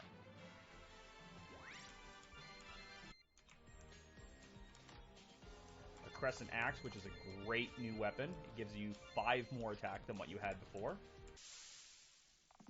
And it's out in the open, so you can't really miss it. I have fought the boss in this area without it, just to test in case people happen to not pick that up, or just didn't see that box, or didn't care about it. And it's still definitely beatable without it. But, as you can see, your damage gets really good with those 5 extra hits. And that's the thing, it's something I have to keep reminding myself, because I'm trying to balance everything. It is kind of impossible to balance every last thing. I should move that out too. That one was kind of harder to see what we're getting. Put that there instead, so you can actually see it. There we go. Yeah, because you have full control over your stats at any time, it's harder to balance it, because, like, if you just choose to put everything into agility and defense, it's borderline impossible to tell your players, like, okay, well, how do you cope around that, right? Like, they've got a lot of defense, they've got a lot of speed. You can't plan your enemies around that, because if you do, then the players who didn't prioritize those stats will be getting massacred by the things that are faster and hit really hard. So, I picked a generalized balance of what I think it should be, and then I, as I'm playtesting, am pumping my stats into the ones that I think would break the game the most. And if I happen to be overpowered, that's because I've min-maxed it. It's no really different than playing in D&D and min-maxing your character. When you give them that level of control, you can't fully plan everything around it, but you can still make a fun game. Not again. I sense a disturbance beneath the ground. No kidding! The ground is moving again! No, it is not the ground, but something else beneath it. Well, what? What is it? I would surmise it is that. What is that thing? I believe their genus is classified as a fortress worm. They are supposedly quite formidable. Well, how do we kill it? Like you would kill most things. Hit it with your axe until it stops moving. So, this boss is a speed demon. Most of the things that it does increases or decreases speed.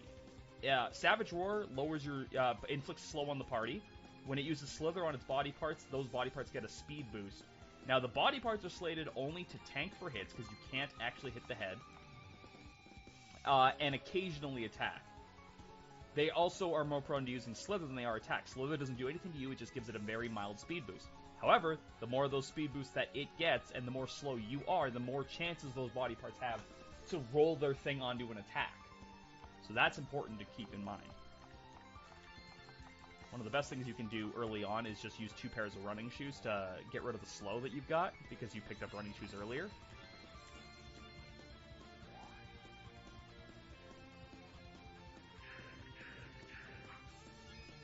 And then just go to town on this thing.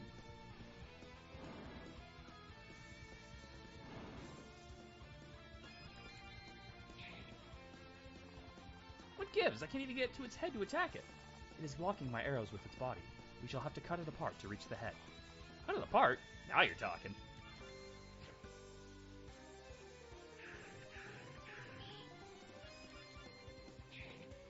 Geez, that thing's still doing 22 damage to her with, and that's with her having defense. Yeah, just in case you were thinking that this thing wasn't going to use poison as well, although I did just notice an error in that thing's poison ability. It hit twice, and it's not supposed to, but I think I know why it did that. Yes, it's that. I forgot. Something I've learned is for the coding for this, if an attack is slated to hit everybody, you don't need to have its action effect trigger. I need to heal because it's prone to counterattacking when you kill one of its parts. And it hits hard with that counterattack. I need a tonic. That's a big heal.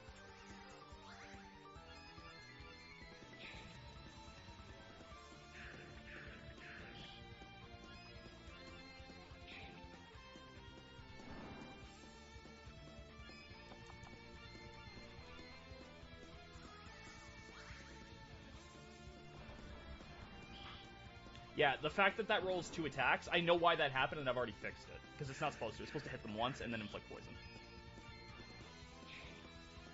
But that's a very easy fix now that I know what to look for in the coding.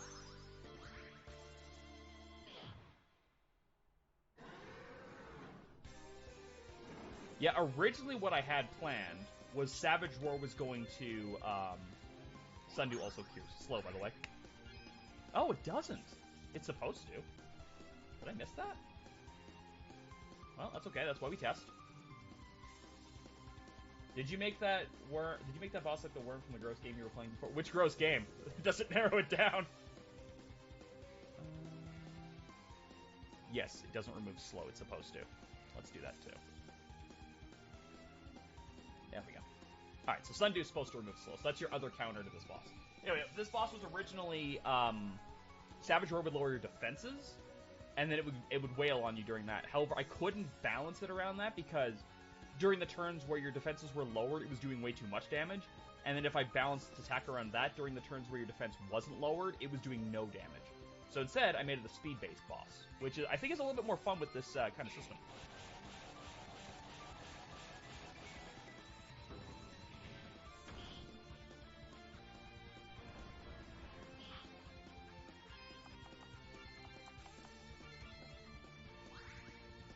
The good thing about getting knocked out is it means I also don't come back slow.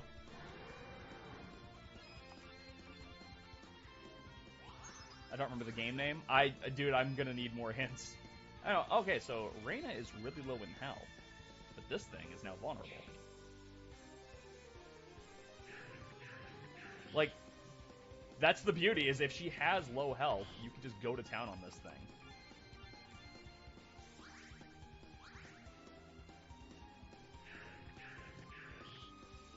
Oh, this is gonna do some damage. Yeah, look at that damage. Knocked it down to 1. That's the thing. You want her to be low in health because she does way more damage, but you don't want her to be dead, so it's a balance. But like, holy crap. Just wreck the boss fight, don't you?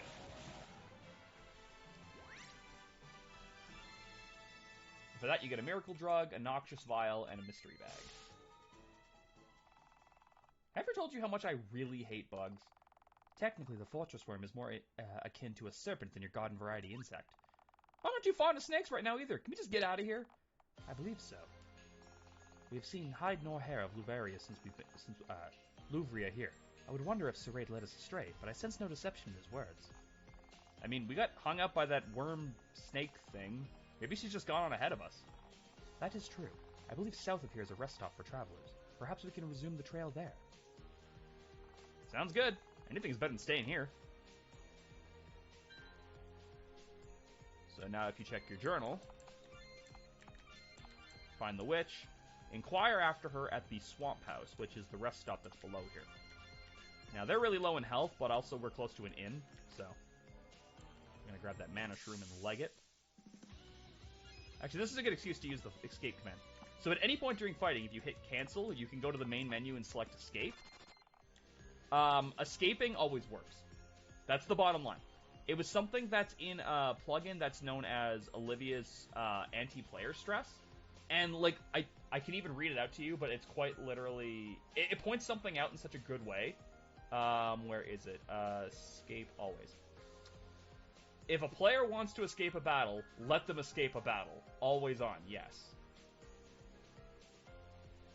Or the full description. Escaping battles will always work. Not every player wants to deal with your game's battle system because of any reason. So if they want to escape a battle, let them escape the battle at 100% success rate. There's no reason to punch a player because they find a facet of your game unenjoyable to play. Now, you can turn that off, but I agree with that sentiment wholeheartedly. If you're not enjoying something, you need to be able to get away from it at the drop of a hat. So now that we've cleared the marshlands, the Swamp House appears. Also, I didn't point this out before, but at the bottom of each line of description, it tells you what is in that area. So the party camp has an inn. Bloodtooth Cave is a dungeon. Kimball Village has an inn and an item shop. The Mallard has an inn, an item shop, and a minigame. That's the blackjack we played. Marshlands is the dungeon, and the Swamp House has an inn, an item shop, and an armory, which is the first armory of the entire game. So we're going to go in. The Swamp House. The smell of adventure awaits within. It really looks like it's like on top of my head, but it's not. It's just the way how the sprite lines up with her hair, but it looks like it's over me.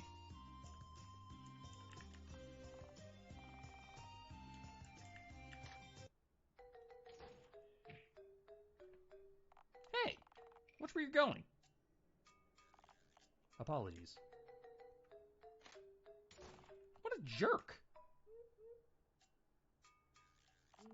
What the? What is the matter? I actually have to check this event real quick before we finish this. It should be that one. Yep, okay, perfect. What is the matter, Rain? The jerk who bumped into me! He robbed me! Then let us give chase after him. Rain, it is not like you to be so reserved about things like this. I just noticed the only thing he took was that weird bent sword that we picked up after beating Serraid. I don't even know why I was carrying that thing around, to be honest. Honestly, he's welcome to it. Everything else is still here, and we've got more important things to do, right? Okay, time to go for the other Google U channel. What? I am proud of you, Rain. Normally you would have insisted on chasing that man down and beating him into a bloody mess. I did not relish the thought of cleaning that up again. Yeah. Well, let's look around and see what we can find. Excuse me? What is it? Pardon my intrusion, but did I hear you say you were robbed? In my inn? Afraid so. That guy who just dashed past me. It's no big deal, though. All he took was a crummy old bent sword. Oh dear, I am so terribly sorry for your loss. My loss? You heard me say the guy only stole junk, right? It's no big deal, really. Oh, no, miss. There's far more to items like that than meets the eye. Do you happen to see that woman over there with the horns? What about her? She's an Oni. They're like... Well, it would be rude to call them demons, but that's among the closest comparisons. Anyway, those of the Oni race wander the world searching for exotic items. Items like that bent sword you just lost. They trade for them, and they often have wonderful things to offer in exchange. Wait, really? Maybe I should have chased that guy down. I'm sorry about what happened. We don't exactly have the luxury of soldiers or knights anymore. As my way of making it better, allow me to put you and your friend up for the night. Oh, well, I can hardly say no to that. Full heal? for free, no less. And if you didn't, like, trust the game was going to do this, you could always have just gone back to your party camp and healed there, too. I feel much better. If you'd like to know more about item trading, just ask that woman over there. So the item trading menu is an interesting thing. I'm still not fully finished with it. I still have to finish its uses, but talking to the trader, and the traders will always be marked with the horns on their heads. So you can always find them in a town or a rest stop or whatever. Need something? So let's explain trading. I'm on the hunt for weird and exotic items. They won't have much of a use to an adventurer like you, but my people prize them highly. You'll recognize them as they're all labeled as trade items, so you'll never mistake them. Once you've gotten a few of those, seek out anyone with horns on their head, and we'll see about trading for something neat. Sometimes you can even trade for items or equipment not available in shops. Is there anything else? So, if we open the trade menu, this is one thing I want to fix. So, this was meant to be a synthesis menu. That's what the plugin is for. And I might have to get Alex to take a look at this one as well. The only thing I want to remove is this right here. I don't mind trade items, trade weapons, and trade armors being separate categories, and in fact, that actually might make things easier. But I don't like the fact that it shows you how many you have yet to synthesize or trade for out of a total of how many there are in the game, or a percentage of that. I feel these are unnecessary stats for what I want to do with this menu.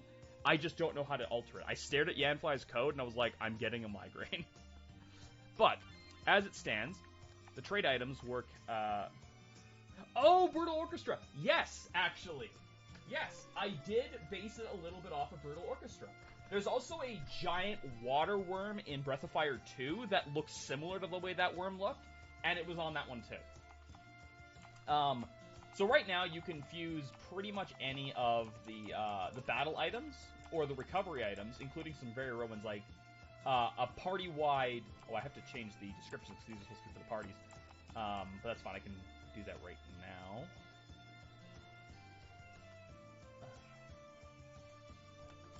Or party.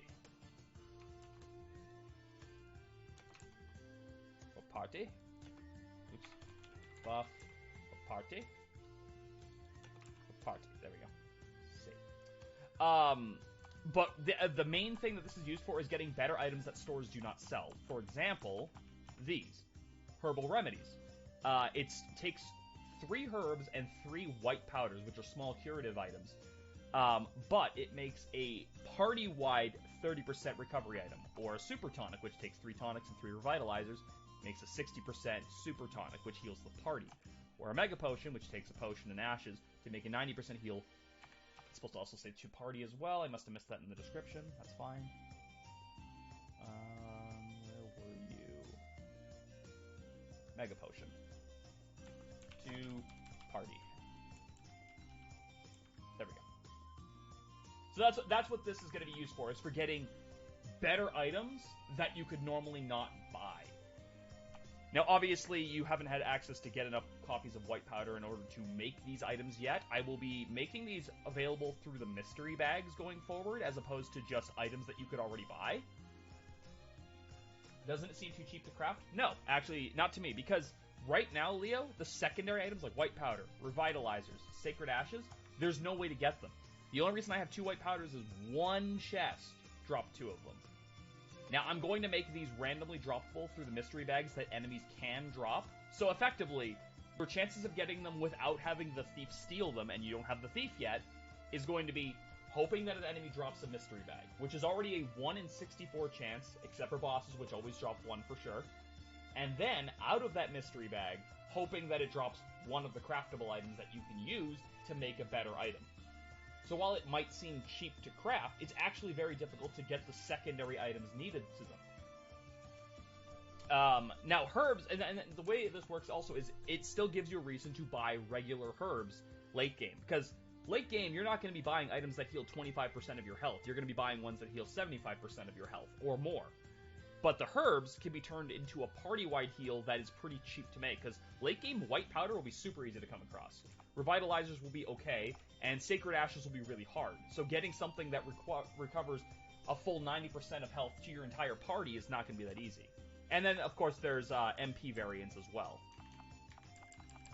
So that's what I'm going to be doing with this menu, is making rare items, rare weapons, and rare armors, or relics, really, that you can't get in stores, or are basically available here before they're available in stores, so you can get them. So that's what that's going to be used for. Now we can talk to the armorer that's over here. Hey there, what can I do for you? So if you ask about armor types, this goes into the details that I talked about earlier, but this is the in-game way of doing it. Yes, and you can use gold to craft them too. Torso armor comes in robes, tunics, and plate mail. Robes are aimed to help with casting, boasting higher MP than the other types, while offer decent HP. So this is exactly what I went into earlier. Robes, tunics, plate mail, MP, balance, HP. Tunics are the balance type. They offer similar, if not exact, additions to both HP and MP. Always choose this if you're unsure of what to pick. Plate armor is the opposite to robes. It's built more for fighters. This type boasts the highest HP of any kind of armor. So what do you think? Do you want to buy? And then if you talk to him, you'll get access to the shop, which has items that you shouldn't have been able to buy already. Like the composite bow for Alanya, which we can put on. We already have the Crescent X since we found one in the swamp. We can buy an iron shield to give to Arena, since Alanya already has one. We could buy a padded hat for Alanya, since Arena already has one. And then, if you're looking to change up anyone's armor types, here's the way to do it. The tunic is by far the best thing here right now, because it boasts 20/20s. But honestly, I actually might remove the tunic from this one and just make it the robe and the bronze armor for the time being, and make the tunic available in the next one. So, for the time being, I'm happy with Alanya rocking a simple robe. And I'm actually going to change that right now. Because I don't think that needs to exist this early. There. I think that'll be a little bit more balanced. And of course, if you're just too lazy, you can just go through this, and I actually want to find that. And just use the optimize button. Hit that old optimize button, just clears up the stats for you. Done and done. So how are we looking right now? 27, 21, 25, and 20. So stats are pretty decent for this point. Crazy high magic defense, decent magic defense, faster agility, and less luck. And we'll talk to these people over here.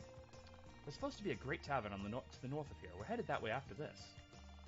We passed a strange group on the way here over the Hossamtil Bridge. They looked dangerous, so we gave them a wide stretch. If you're looking for a room, come over here and talk to me first. So, okay, so don't forget, your objective here was to get information about where Luvria could have gone, but there's nobody here who knows her. So logically, as a player, what do? Well, there's no one here to talk to, we leave. Which kicks off the next event. Get back, I'm warning you!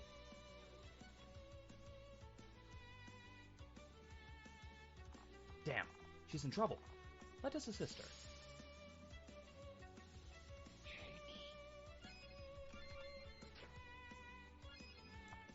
And you'll notice right away that this character is weird, because they don't have an attack command.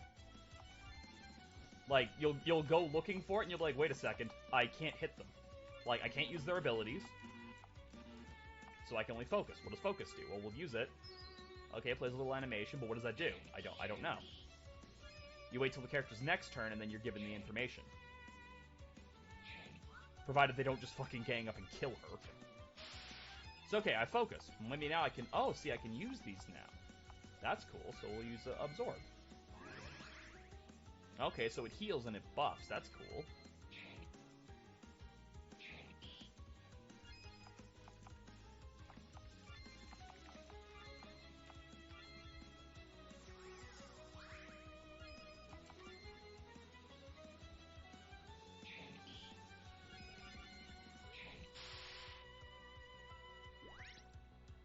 Okay, good. So there was something that I really wanted to test, and I'm glad it worked. So when I was testing this, I had this character originally set at level 1, and then I was like, oh wait, it makes no sense. So what would the logical level you'd be at around this point? Between 7 and 8. So I made her level 7.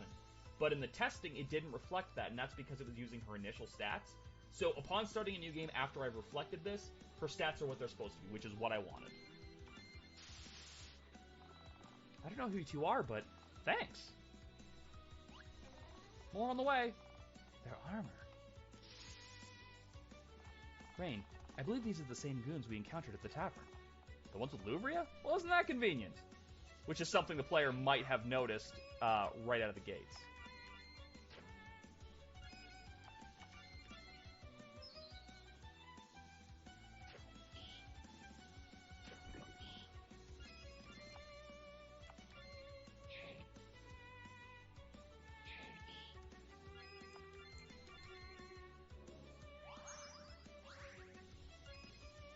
We're just actually going to focus the whole time here until we get to the max. Because I know how her character works because I programmed her, but it is possible that the player who's playing this point may not have figured it out yet. Actually, it's entirely likely the player who's playing at this point wouldn't have figured it out yet. I do need to make that poison arrow slightly stronger. It shouldn't be doing only like 2 damage. Let's take a look. What is its?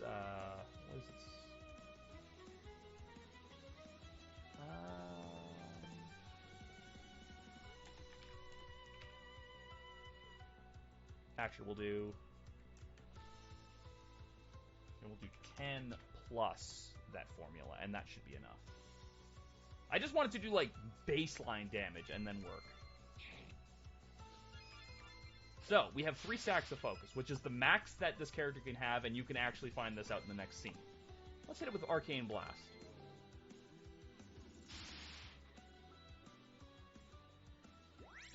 I'm going to explain a little bit more in detail about how that works as the tutorial pops up in a minute. I can't believe how determined those guys were. You two are real lifesavers. Yeah, about that. Care to explain what those guys wanted with you? I guess I do owe you that much. Can we talk inside? All this running for my life stuff has made me hungry. That is acceptable. Let us procure a table.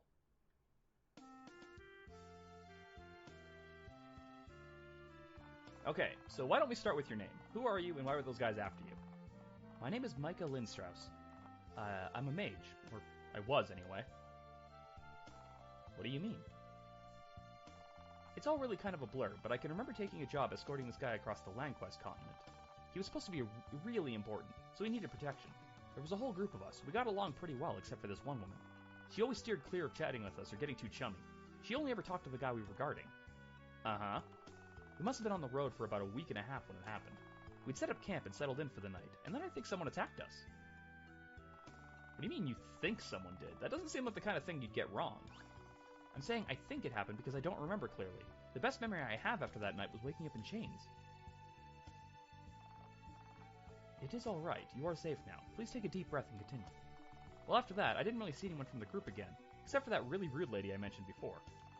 She was leading me and a bunch of those goons around in search of, something. They never told me what it was. You don't think... I do, yes. Micah, would you describe this woman as a taller sort, with dark hair and an air of superiority about her? She would have wielded a strange and bizarre sort of power. If you mean she could shoot lightning out of her fingers, then yes, that sounds like her. That's her! Her name is Luvria, and we've been after her for some time. We seek to learn the origins of her strange and dangerous abilities. Wait, you guys are after her? Really? That's the plan, yeah. She attacked us a couple of days ago before taking off in a flash of light. Alanya here is worried about the imbalance she'll cause to the natural order, or something like that. Well, would you mind if I tagged along? I have some things I'd like to find out from her. Yes, about that. You said before you used to be a mage. What did you mean by that? Well, I used to be able to cast spells and stuff, and now I can't. My magic is all gone. Wait, that can happen? One does not simply lose the ability to utilize magic, no. Though I'm afraid that is but one more mystery on top of the rest. I fear the more we learn of this Luvria, the worse things look, but I would concur that you should join us. That seems for the best. Really? Aw, that's great. Listen, I may not be able to use my magic anymore, but I can do other stuff. I'll be able to help out for sure. So here's where you can get the tutorial about how to use this character in case you had any questions about what the fuck was going on in that fight. So let's do that. What do you mean? Without my magic abilities, my abilities in battles are limited. But somehow, as a result of losing my powers, I've also gained a new one. Using focus, I can absorb energy from the world around me. That energy stays stored in my body during combat, and I can use it offensively or defensively. With absorb, I can turn the stored energy into healing for myself, and not only that, this gives me a buff to my intelligence as well. With Arcane Blast, I can turn the energy into a magical strike. Since so many enemies rely on their physical defenses, this is a good way to get around those and still deal damage. My body can only hold so much energy at a time, so I can only use focus 3 times before I have to use it. So what that means is, the stats change on the healing and on the attack based on how many charges of focus you have. So if you focus once, it does damage equal to 2 times her magic attack. If you focus twice, it deals damage equal to 4 times her magic attack. And if you charge 3 times and then use Arcane Blast, it deals 8 times the damage to her magic attack. Which means, if you want to kill a motherfucker dead, you have to build up for it, but damn does it hurt. Like, just to put it to you lightly, that did, what, 263 damage to that enemy? That would have been, like, 1/3 of Serate's total health, the first boss. Just from using that. However, it takes 4 turns to do, because you have to focus, focus, focus, and then attack. Now, what I want to do, and I still have to look into the coding for this, is I'd like to make it so when you use focus, your next turn comes slightly faster.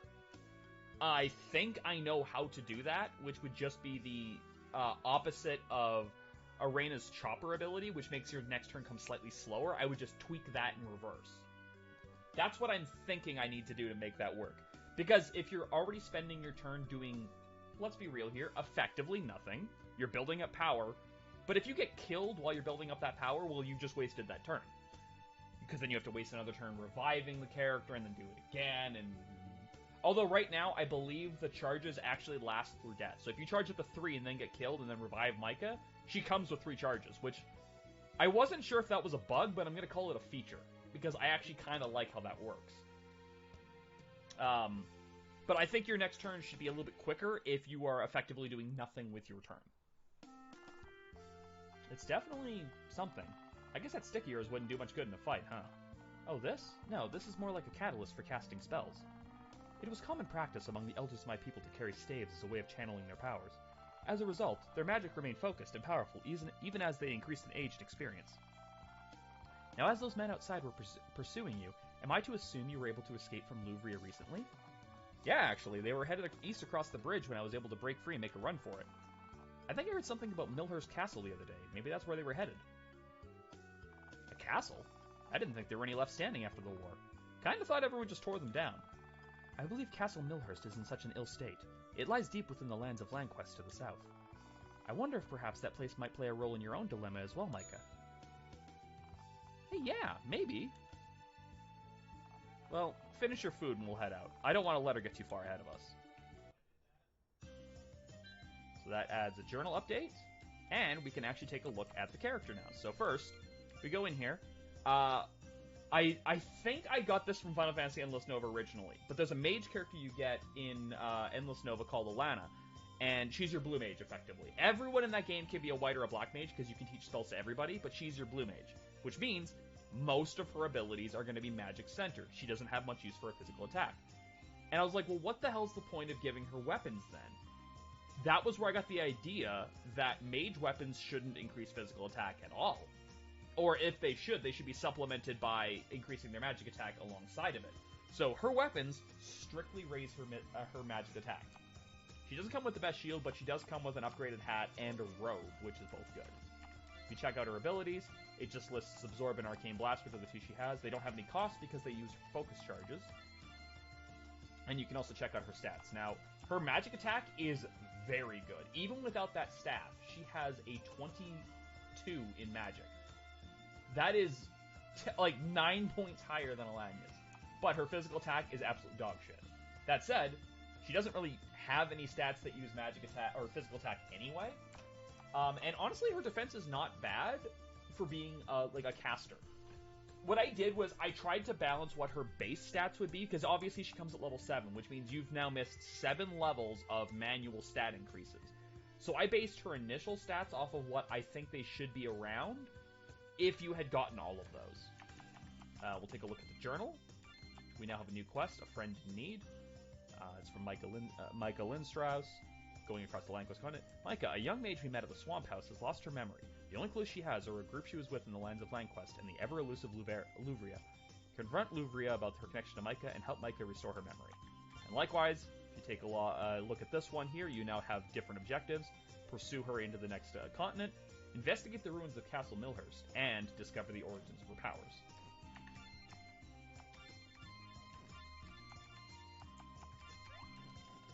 And this is about as far as I've made it. There's nothing really left. A couple of NPCs pop up here now. Tut is here. So we can ask about the Swamp House. The Swamp House was established as a rest stop for travelers who braved the marshlands on their way south. As a result of its original purpose, you will often find merchants, armorers, and explorers ready and willing to barter within. It's also famous for its comfy beds. Every character has its own quest log, or no, every character does not have its own quest log. The quest log is shared. Her face only appeared in the quest log because it's her quest. It's a perfect place to stop, rest, and resupply before crossing the bridge to the Land Quest continent. Is there anything else? The Hathor continent. That's where we are. This whole continent was named after a lord who lived centuries ago, Lord Hathor. The history around the man is a little muddled, but he was supposedly a great lord to his people until one day he snapped and went completely mad. He'd have his subjects rounded up to fight for sport, put homes to the torch, and there was even talk he devolved into cannibalism. Why this land is still named after him is a mystery even to me, but not every piece of history can be roses, I suppose. I wanted to have some dark parts of history in this world, too. The Land Quest continent. The Land Quest continent stretches far to the south, and the only way to reach it by land is the ancient Hossumtel Bridge east of here. Why do they make so many names that are hard to pronounce? There are considerably more points of interest in the lands of Land Quest, but you'll have to meet me over there to hear about them. Is there anything else? Items to buy? It's not a long walk across the Hossumtel Bridge, and then you'll be in the Highlands. Lots of strange creatures up there, and bandits too. I'd recommend stocking up on healing items, as well as ones that restore your MP. Don't forget to visit the armorer inside as well. That's, again, to indicate if you haven't been talking to NPCs, you might not know there's an armorer in there, which is the first one of the game. So both Tut and the NPC behind the counter will tell you about him. If you ask about supplies, I keep a healthy supply of essentials in stock here, but if you're looking for weapons and armor, there's a smith sitting down in the bar. So I haven't programmed her dialogue for this yet, because I wasn't sure what her personality was going to be until I started writing scenes for this yesterday. I have to add her in her dialogue. I've heard out there on the road somewhere is a goblin who deals in rare weapons. I've never met him, but I'd love to see if it's true. So this is a prelude to some things that I made in Emberheart. There was a goblin that you would meet throughout the world named Gabi. And if you bought, he would always have items at a higher rate than shops would have. He would always overcharge you. But each time you encountered him, he would have a rare weapon. And those weapons would be stupid expensive. Like, just to put it in perspective, right now, I came to this area before I bought supplies, I had about $1,000. Just over 1,000 from clearing out the marshlands. The weapon that he'd be selling at this point in the game would probably cost about 4,000. So you would have to grind for it. And that's where, like, Alania's hunting ability would come in and things like that. If I had a thought in my head for that character, where if you bought every single one of his rare weapons throughout the game, late game, it would open up a completely optional dungeon that you used all of those weapons in order to progress. They would actually become keys. Because a lot of the weapons were joke weapons. Your main character in the first game was a fighter who used fire magic, but almost everything scaled off of her physical attack. But the weapon that he'd be selling to her was basically a gold sword that did no damage, but if you held it in battle, it doubled your gold find. But you were trading a very good attacker to have double gold. So that was the joke. But stuff like that would become a key for this optional dungeon. So I'm going to be implementing that idea into this game, where I'm going to make that little goblin trader be out in the world, and if you do all of his stuff, it will open up a side quest for him. Which I really like the idea of, so I want to do it here. Let's go talk to this other person who's been wandering around. It's a dangerous world out there. Best make sure you're prepared, and save often. More just a reminder to save your game if you haven't been doing it. And last but not least... Oh, I just noticed something else I have to do. I have to, on this screen... Where is it? It's right here. There is that variable for your party. It has to go up by 1.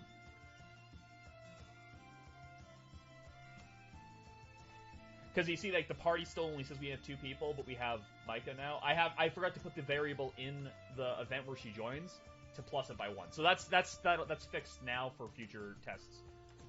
We want to go back. So now the Highlands are opened up, and you can go there, but there's only one map made for it, which is this one. There's nothing on this so far. No enemies, no chests, no nothing. This is just the start of the area. But it does open it up. I needed to make the map so I could test this to see where the cursor is going to point it. I really like this world map system, by the way. I think it's really good. If you go back to the marshlands, anytime after you've recruited Micah, there's a new NPC here. Who's supposed to be moving, by the way. Did I not set your route to random? I didn't. Okay, you're supposed to be walking around. I've heard tales of a great big beastie that roams around these parts. I wonder what it looks like. that is your indication that there'll be a super boss in this area. Like, again, it's going to be here during your first playthrough of it, and if you choose not to fight it, you're smart because it will kill you. But I want to hint that it is going to be there. And later on, there'll be an NPC who gives you quests to go hunting down all those rare creatures. But the last thing I wanted to show off was now she appears in the camp. According to most known sources, everyone in the world is tied to one of the 5 elements. In some way, they help shape who you are. Is that right? I think Alenia mentioned something like that as well. She said it was tied to the element of fire. That makes sense. Fire-aligned people are typically headstrong, proud, and reckless. Thanks, I think. I'm sorry, I wasn't trying to offend you. Listen, if it's any consolation, I don't even know if those rules apply to me anymore. I mean, I don't even have my magic now. What does that make me? I'm not really good at this stuff, but you're still you, right? Whatever happens, you're still Micah. We can figure out the rest as we go. Thanks, Arena. I appreciate that. When we catch up to Louvria, everything will make more sense. I hope. What can I do for you, Rain? Now you have the option to talk to her or to sleep. I'm concerned for Micah. Despite her lingering powers, I can sense no bond to any natural element within her. Is that bad? I am unsure, but I would not classify it as good. We shall have to keep a close eye upon her as we travel. Do you think it was a mistake to bring her with us? Not at all. My caution is not for our sakes, but for hers. I am concerned she might be in danger. Well, whatever happens, we'll keep her safe, right? Indeed. And then if you talk to her again... My knowledge of the lands of Lanquest is minimal. I hope we will be alright. So it's just like a little bit more character development back in the camp. I think this is about the point where I will introduce the hunting quest, or maybe it'll be before this, where you can start getting hunting quests from Alenia. I just have to build the hunting system, which I haven't done yet. But yeah, that's everything I've made so far. We're at... How long are we... So we're about 2 hours in. I've got close to a 2-hour demo so far, which is not too bad. I think that's a good foundation to start with, and I already know what Micah's skills are going to be like. She's going to be effectively the summoner of the group. After a while, you'll get access to her passive, which allows her to make pacts with summon spirits. And then you'll be able to go on quests to find where those summon spirits are. And there'll be one for all of the 5 elements, but there'll also be a couple of weird ones too, and then like a super one at the end of the game, which I'm pretty excited about. You're also going to get the 4th character quite a bit quicker than you got her. Because, like, if you think about it, we went through 2 bosses and 2 full dungeons with just Arena and Lanya. Because we went through all of the Bloodtooth Bandit camp, and we went through all of the marshlands. And then we did, like, 2 fights in the Swamp House and got her. We're probably going to clear the Highlands with the group of 3, and then get the 4th character right after that. Who the 4th character is going to be, I haven't yet decided yet. But if you're a keen observer of how things work, you might have noticed the dude who robbed us had a portrait. Which is probably an indication that he's going to be important later. Because nobody else has a portrait except for party members. So there's a thought. But yeah, I do hope this has been, like, kind of like a bit of an eye. Like, this is what I've been working on during this summer-ass heat wave that I hate. Because I can't sit... If someone would be paying you for that, you would have some thousands of... I don't think so. It's not even close to being done, man. And I keep changing things that I'm not happy with. Like this, we can go back to the Swamp House for this. Like this item trading system that I'm still working on, I'm still tinkering with it.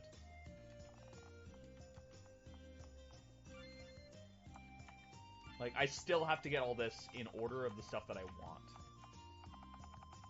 But yeah, like, it's coming along really well.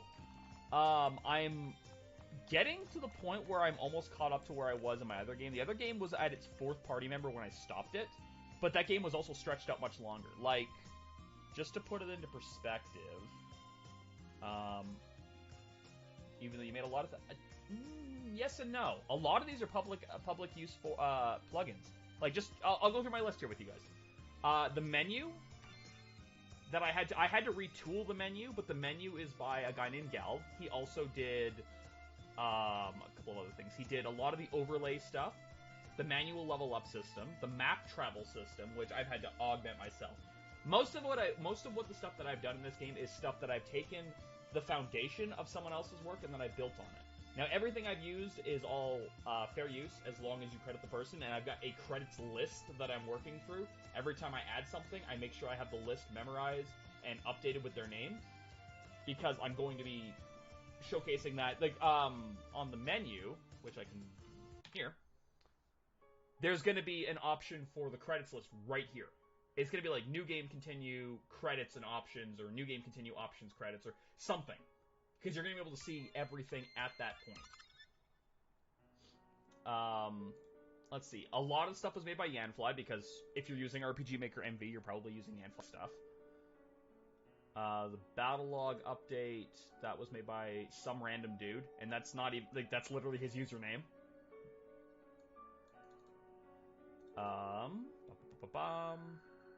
Olivia did the anti-stress heal. Himi did the actor battle commands. Who did the stat polygon? I think this one was Majishi, who did the mini games that I'm going to be using. You've only seen one mini game so far, and that was one that I pulled off of YouTube and modified. There's 4 other mini games that I have tested and working, and I can just copy paste from my other game.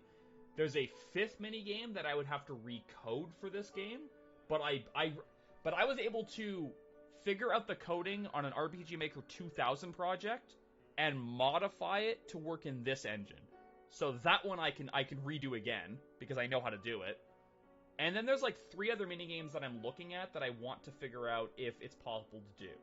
A couple of other things that I would love to implement. If you've ever played Ocarina of Time, I really, really would like to do a horse racing minigame. Even if it's just like around a track. But there's the trade-off. The art assets don't have a horse sprite yet, so I'd have to wait until those get made. I'm watching the person's Twitter to see if they make any more sets so I can pick those up. But I'd like to do a horse racing minigame, or like a boat racing minigame. Some kind of racing minigame that you can bet on. I did have a DDR-style duel minigame in the other one. I don't know if I want to move that over to this one. That's a maybe. And the reason I say that is it interferes with a lot of other systems, and I got it to work, but, like, it was a bitch to get working, in the script's in, like, Spanish or something, or Japanese. It's in a language I can't read. Actually, I guess I can tell you what it is. We can close this now and grab some music, since we're basically all done the game. There we go. The script for that is in...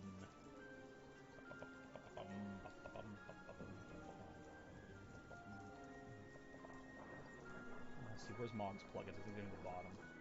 Theater Rhythm. Okay, so this is the first line of description in the plugin for it. Leo, is that Spanish?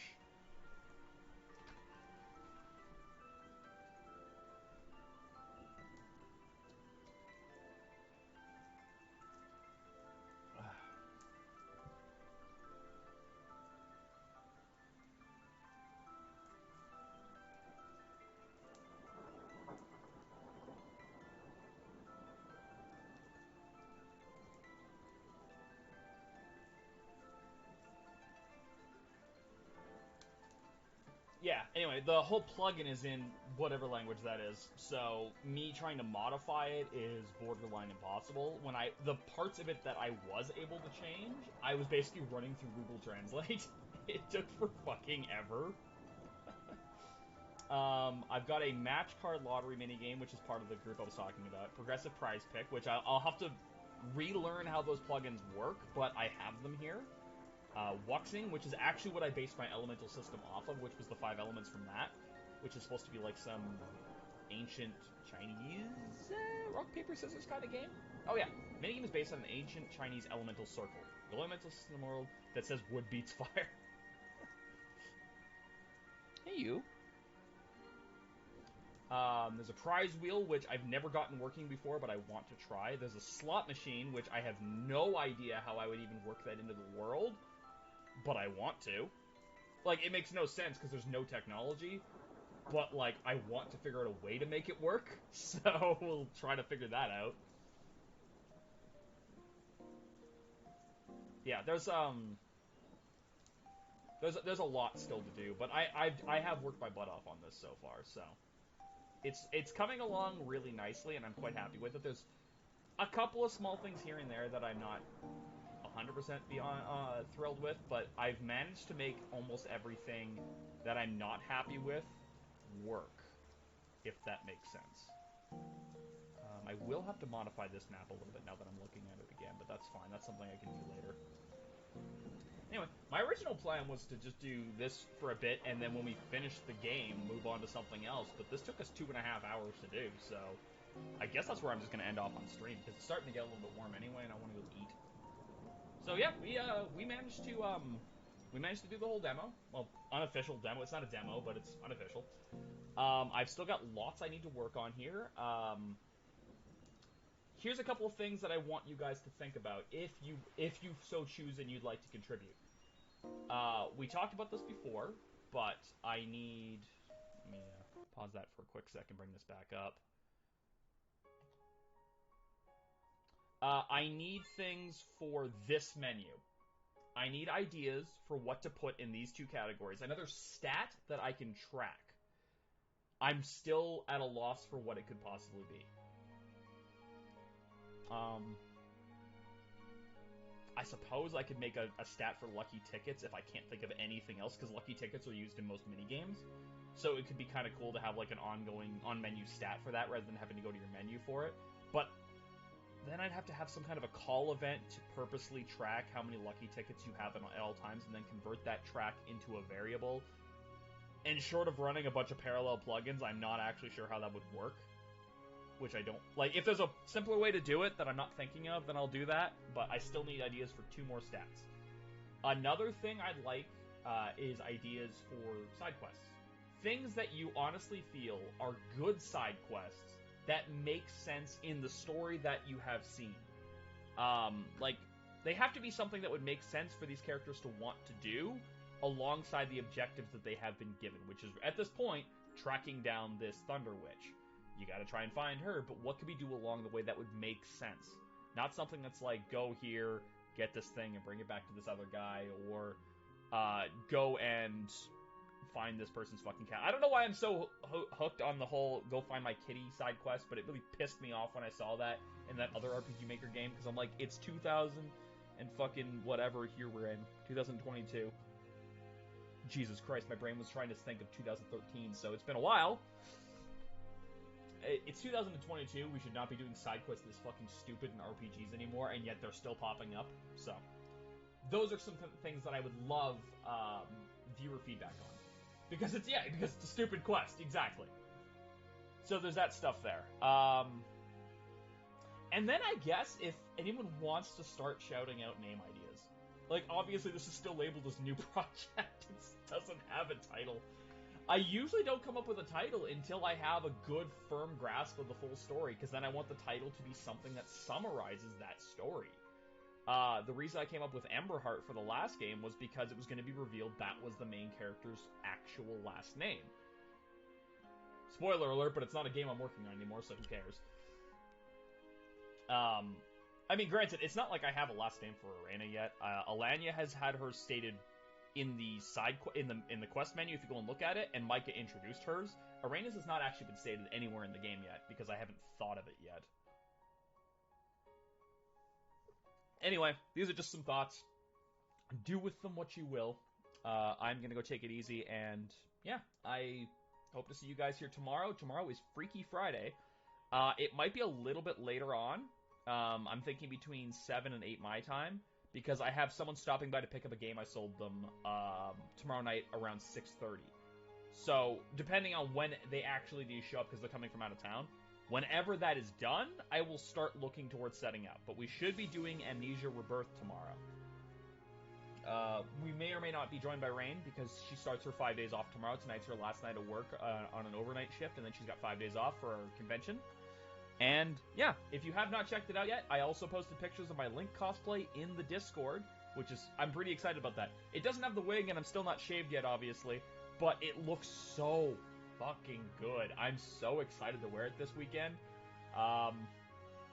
Guess that's it for me. Let's go do a raid. I am fairly certain Mr. Broad is still streaming right now, but do we have any other options right now? Nobody that I would rather see. I would rather go see Broat. So, let's go raid the Broat meal.